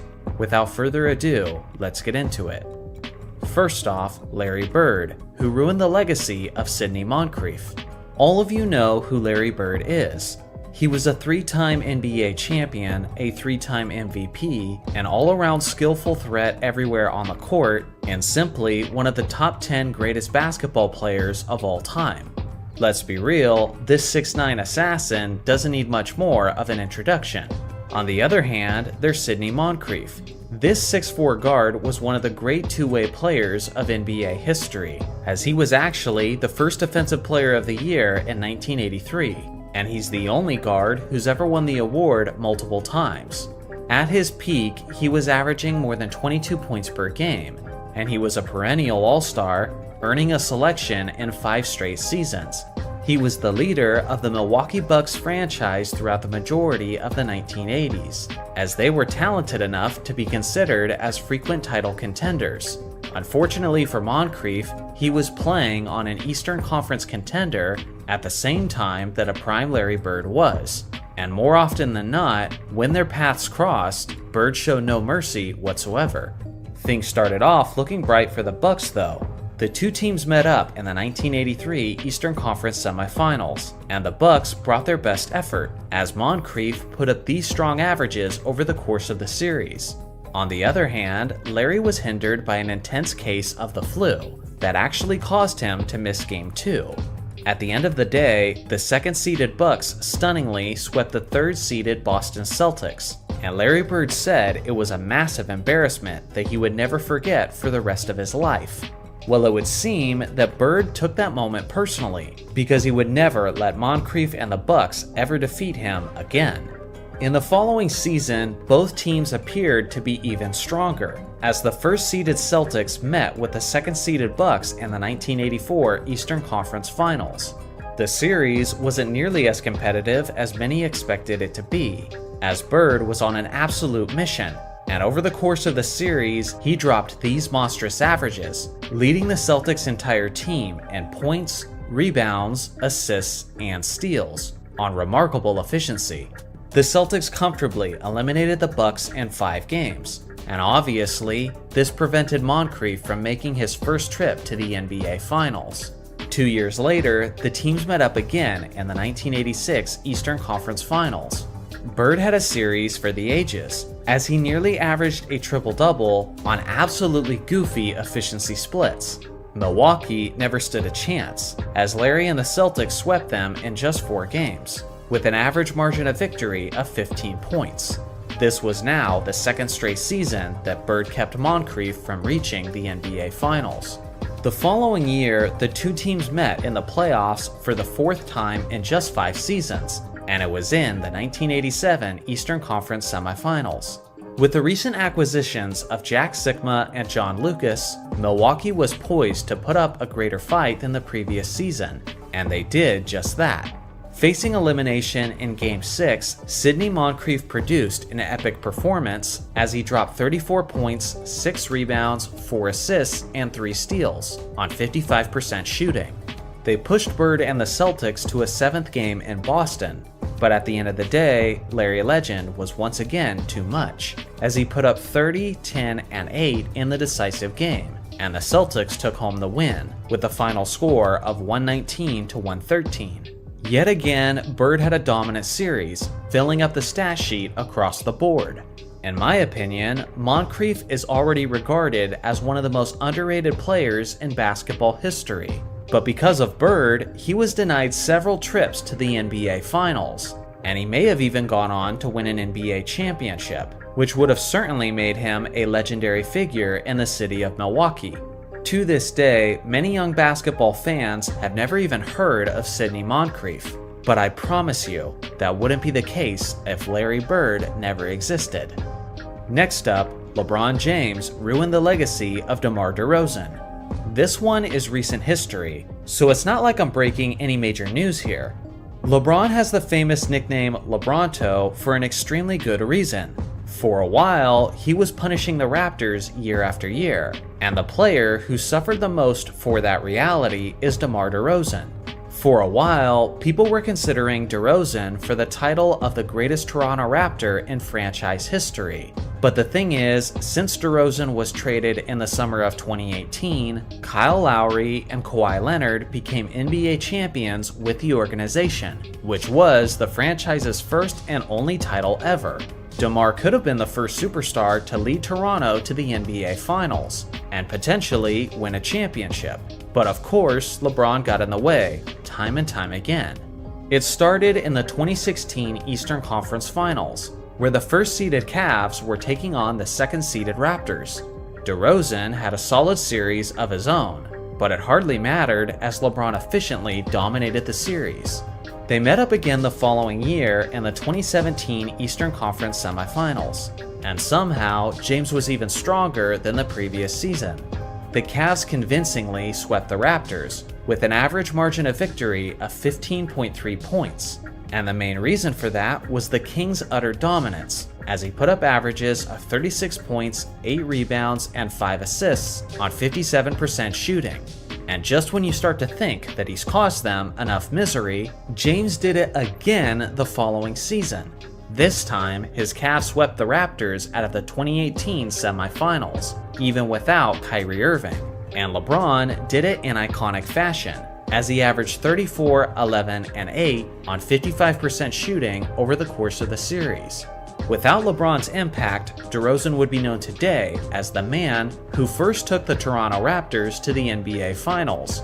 And if DeRozan had done that, then the Raptors management likely never trades him to San Antonio for Kawhi Leonard in the first place, which means Leonard never wins the championship that ended up diminishing DeRozan's legacy.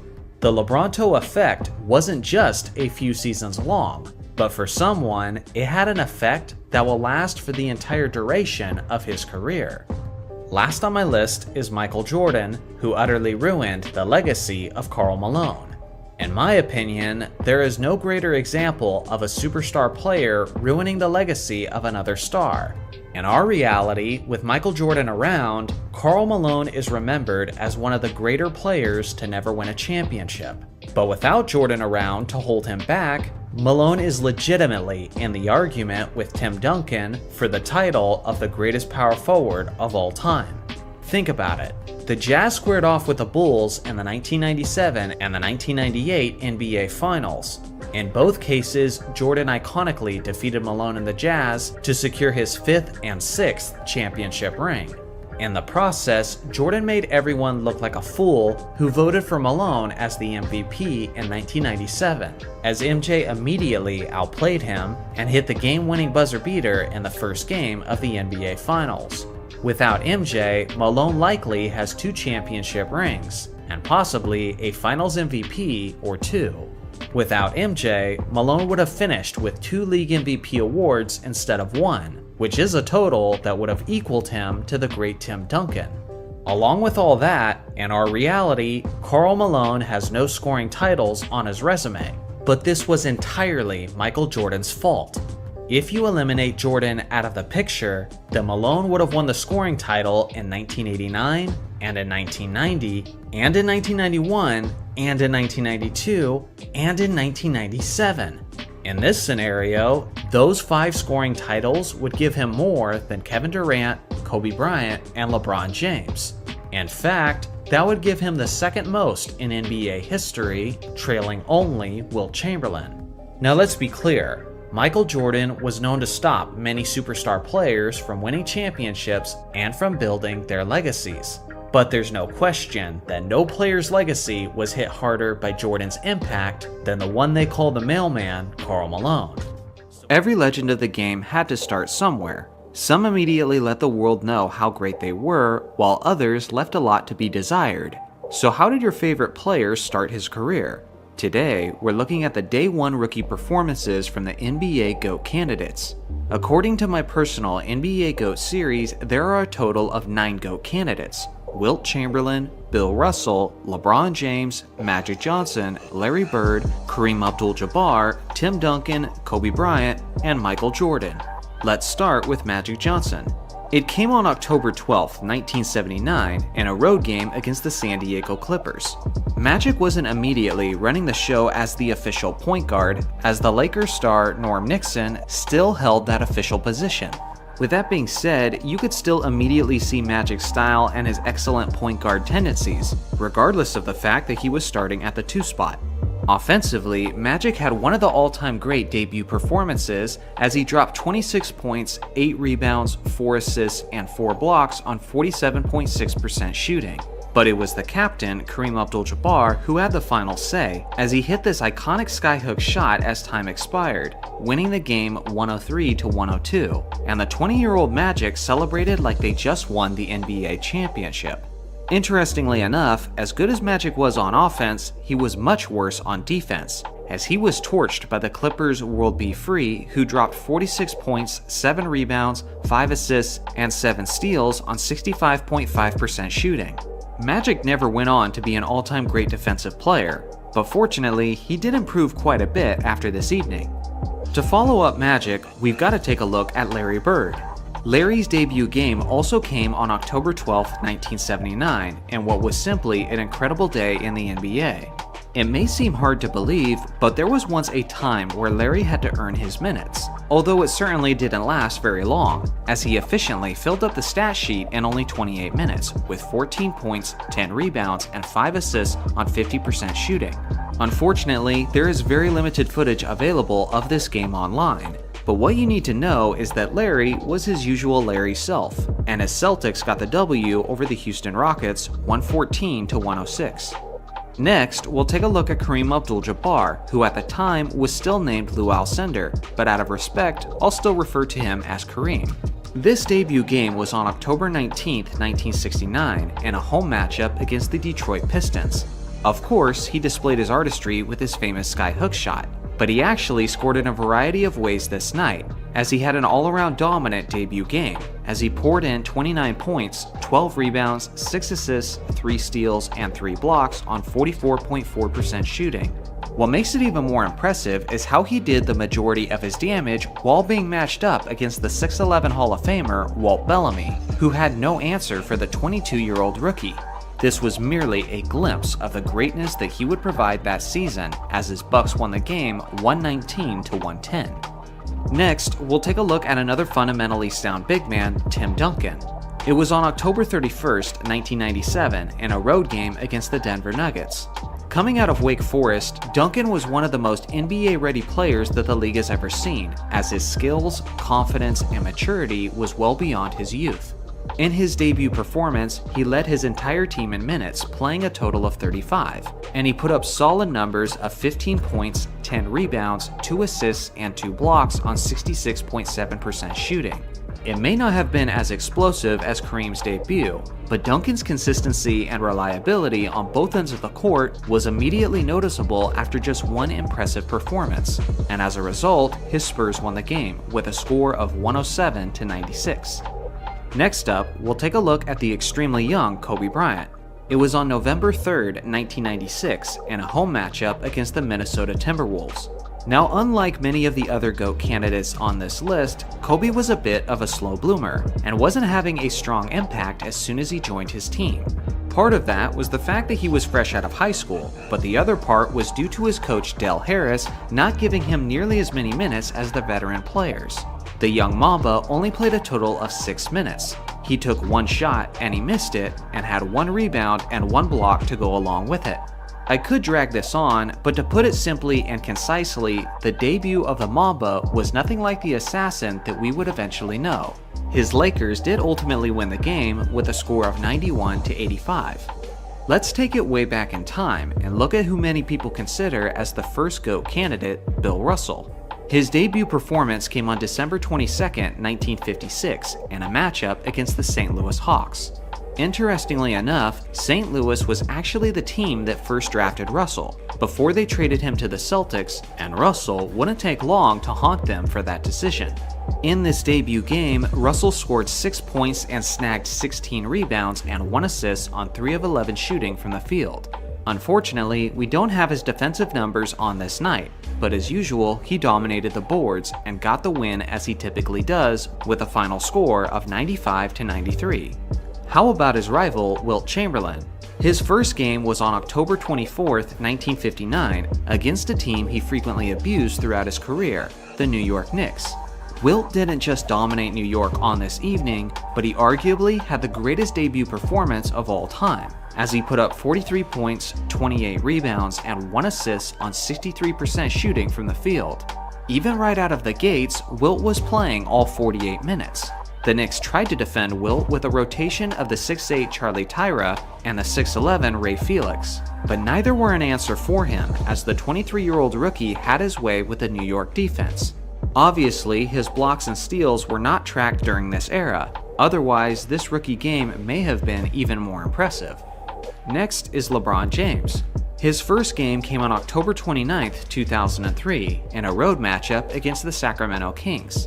I'm sure many of you remember watching this game live just like I did, as LeBron was almost certainly the most hyped draft selection that the league has ever seen. And what's quite astonishing is that even as an 18-year-old kid, he lived up to the moment, as he provided plenty of highlights and played solid basketball throughout, putting up 25 points, 6 rebounds, 9 assists, and 4 steals on 60% shooting. For some people who were pessimistic about his ability to live up to the hype, their doubts were immediately squashed after this monstrous display. Regardless of his terrific play, this rookie game went down as the only loss on this entire list, as the Kings ultimately won the game with a score of 106-92. Last on my list of GOAT candidates is Michael Jordan. MJ's first game was on October 26, 1984, in a home matchup against the Washington Bullets. The craziest part about this debut game is Jordan's career nearly ended just as it was getting started, as he had this terrible fall during a dunk attempt. If the angle of his landing had just been slightly different, it could have been a devastating injury to his arm or neck. Remarkably, Jordan not only stayed in the game, but he played 40 minutes on the evening, recording a stat line of 16 points, 6 rebounds, 7 assists, 2 steals, and 4 blocks on 5 of 16 from the field. It was certainly not his most efficient night, but even at this point, the Chicago crowd could certainly recognize his one-of-a-kind athleticism and potential. His Bulls ended up winning the game with a final score of 109-93. So now it's your turn. Of all the games listed on the screen, which one of these debut performances did you find the most impressive or surprising? Every legend reaches its end, but not all finales are created equal. Some legends rode off into the sunset with their heads held high in triumph, while others left the game with just a whimper, wondering if they should have called it quits sooner. Today, we're looking at the greatest basketball artists of NBA history as we analyze their farewell performances and see if any closed out their careers with a masterpiece. According to my personal NBA GOAT series, there are a total of 9 GOAT candidates: Wilt Chamberlain, Bill Russell, Magic Johnson, Larry Bird, Kareem Abdul-Jabbar, Tim Duncan, Kobe Bryant, Michael Jordan, and LeBron James. Since LeBron has not yet played his last game, he will not be present in this video. Let's start with the one who most recently retired, Tim Duncan. His final game was on May 12, 2016 in Game 6 of the Western Conference Semifinals against the Oklahoma City Thunder. Famously, Duncan aged gracefully throughout his NBA career, so closing it out with a solid performance didn't come as a surprise. We knew there was a chance that Duncan could retire at the end of that season, but I honestly thought he would be sticking around, as he didn't get the appreciative send-off like Kobe did. With that being said, there are worse ways to go out, as Duncan put up a solid 19 points, 5 rebounds, and 1 block on 50% shooting from the field. Not only was San Antonio one of the oldest teams in the league, but Duncan himself had just recently turned 40 years old, and the much younger Oklahoma City Thunder took full advantage, as they closed out the series in commanding fashion with a final score of 113-99. Next, we'll take a look at the Celtics legend Larry Bird. Bird's farewell performance came on May 17, 1992, in Game 7 of the Eastern Conference Semifinals against the Cleveland Cavaliers. At this point, Bird's athletic body was deteriorating fast, as he was now 35 years old and had been dealing with severe back problems for roughly half a decade. Not only that, but Magic Johnson's HIV announcement and absence from the league took a major toll on Bird's sense of motivation, which resulted in Larry deciding to hang it up when he still believed he had some game left in the tank. Due to his chronic back issues, Larry missed roughly 4 of the games that series, but he did play in the deciding 7th game. Larry had a modest contribution, but an efficient one, as he dropped 12 points, 5 rebounds, and 4 assists on 6 of 9 shooting from the field. It wasn't nearly enough as the talented Cavs closed out the series with a blowout, as the final score was 122 to 104. To follow up Larry Legend, of course, we've got to take a look at his rival, Magic Johnson. His final game came on May 2, 1996, in Game 4 of the first round against the Houston Rockets. Although Magic retired after the 1991 finals when he had his HIV announcement, he did actually return for a portion of the 95-96 season. His 4th-seeded Lakers were up against the 5th-seeded and 2-time defending champion Rockets. Magic actually played quite well in his first 3 games of that series, but unfortunately, the 4th game was his worst, as he finished with just 8 points, 5 rebounds, and 5 assists on 2 of 8 shooting from the field. He also had 4 turnovers in his 30 minutes of playing time. Ultimately, Hakeem Olajuwon and the Rockets were just too much, as they eliminated Magic's Lakers with a final score of 102 to 94. Next, we'll take a look at the captain, Kareem Abdul-Jabbar. His last game was on June 13, 1989, in Game 4 of the NBA Finals against the Detroit Pistons. This wasn't just a rough game, but a rough series for both Kareem and his Lakers. If they had won this series, it would have given him 7 rings as he rode off into the sunset. But instead, the superior Detroit Pistons swept the Lakers as Los Angeles was dealing with a multitude of injuries, including a hamstring injury to their best player, Magic Johnson. Kareem was known for aging gracefully throughout his career, but on this night, the 42-year-old center just didn't have it, as he was contained to only 7 points, 3 rebounds, and 3 assists on 2 of 8 shooting from the field. It wasn't as close as the final score indicated, as the Pistons won the championship 105 to 97. We've looked at enough duds of finales, so let's get into the great performances, starting with Wilt Chamberlain. His last game was on May 10, 1973, in Game 5 of the NBA Finals against the New York Knicks.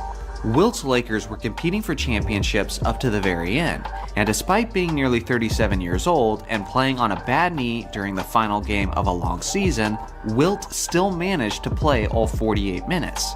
On the night, he put up 23 points, 21 rebounds, 3 assists, 3 steals, and 2 blocks on 56.3% shooting from the field. He was giving a strong effort and was impactful on both ends of the court throughout, but regardless, his Lakers still came up short. Given how many times Wilt destroyed the Knicks throughout his career, it did seem a bit like poetic justice that they got the last laugh, as they won the championship with a final score of 102 to 93. How about his rival, Bill Russell? Russell's final game was on May 5, 1969, in Game 7 of the NBA Finals against the Los Angeles Lakers. Bill ended his career the same way he played it, winning Game 7s with a clutch effort. He played all 48 minutes and led his team in both assists and rebounds, as he put up 6 points, 21 rebounds, and 6 assists on 2 of 7 shooting from the field. It was a classic battle with the entire fourth quarter available on YouTube. Unfortunately, since it's only the fourth quarter, I can't count how many total steals and blocks he achieved. But even from just the fourth quarter alone, you can see his dominant impact and influence defensively. It's important to remember that not only was Russell leading his team on the court, but he was also the acting head coach, making him the only player coach to lead his team to a championship. If that's not a legendary way to go out, then I don't know what is. Next, we'll take a look at Michael Jordan. Michael's final game was on April 16, 2003, in a road matchup against the Philadelphia 76ers. Obviously, Jordan already had the perfect storybook ending, but that itch to play again was just a little too strong. Instead, his final game was in the regular season, and it was far from his best performance, as he pitched in 15 points, 4 rebounds, and 4 assists on 40% shooting from the field. It was mostly mid-range baskets from MJ, but he did manage to get one last finish at the rim. The game was a blowout in favor of Allen Iverson and the Sixers, to such a point that it was basically over by the third quarter. Due to this, Jordan only played 28 minutes in the game, and the crowd was chanting his name as he was on the bench, since they wanted to see him play more. The final score was 107 to 87 in a bittersweet ending for his airness. Lastly, we'll take a look at what's becoming the most famous farewell, Kobe Bryant's. This game was on April 13, 2016 against the Utah Jazz. The Lakers were 16-65 at the time they were entering this matchup, but you wouldn't know it considering how hyped Staples Center was on this evening. In his 20th season, Kobe was having a terrible year from an efficiency standpoint, as he was shooting a league worst 35% from the field. But a motivated Kobe would exceed expectations for the occasion. Now this game is pretty highly debated concerning how impressive his performance actually was.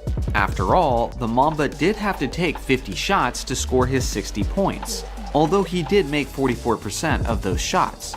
For me, the most impressive part of that night was his finish, as he made his final 5 difficult shots and led his Lakers back from a double-digit deficit when there was only 3 minutes remaining. If Kobe misses any one of those clutch shots down the stretch, he probably loses his final game. With that being said, not every moment was totally legitimate competition. My favorite part was when Kobe completely and blatantly shoved Gordon Hayward away, so he could get some space to get the ball for his final free throws. Kobe's smart. He knew that no matter how badly he shoved Hayward, there's no way the refs are blowing that whistle in that situation. He famously finished his night with 60 points, but he also added in 4 rebounds, 4 assists, 1 steal, and 1 block on 44% shooting, and his Lakers won the game with a final score of 101-96. After making this video, I think it's pretty clear just how special and rare a farewell like this actually is. So now it's your turn. Of all the games listed on the screen, which one of these farewell performances do you think was the most impressive? And explain why it's Kobe. I look forward to reading your comments. Thanks for watching as always. Make sure to like and subscribe for more basketball content, and I'll see you guys in the next video.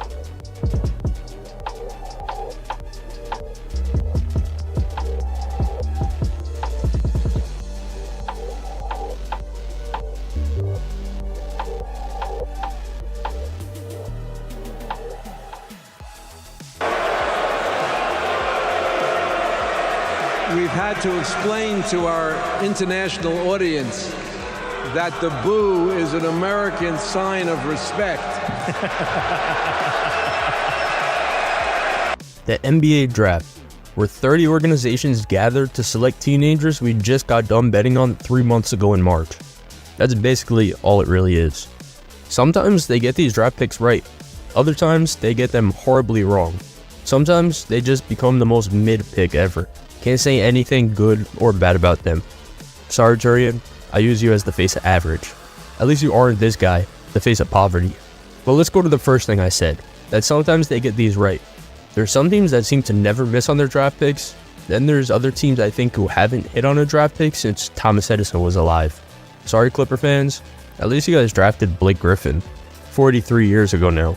Shout out Reggie Bullock though, honestly a good pick at 25. And no, they drafted Miles Bridges for the Hornets. If they kept Miles, I would have given him a break.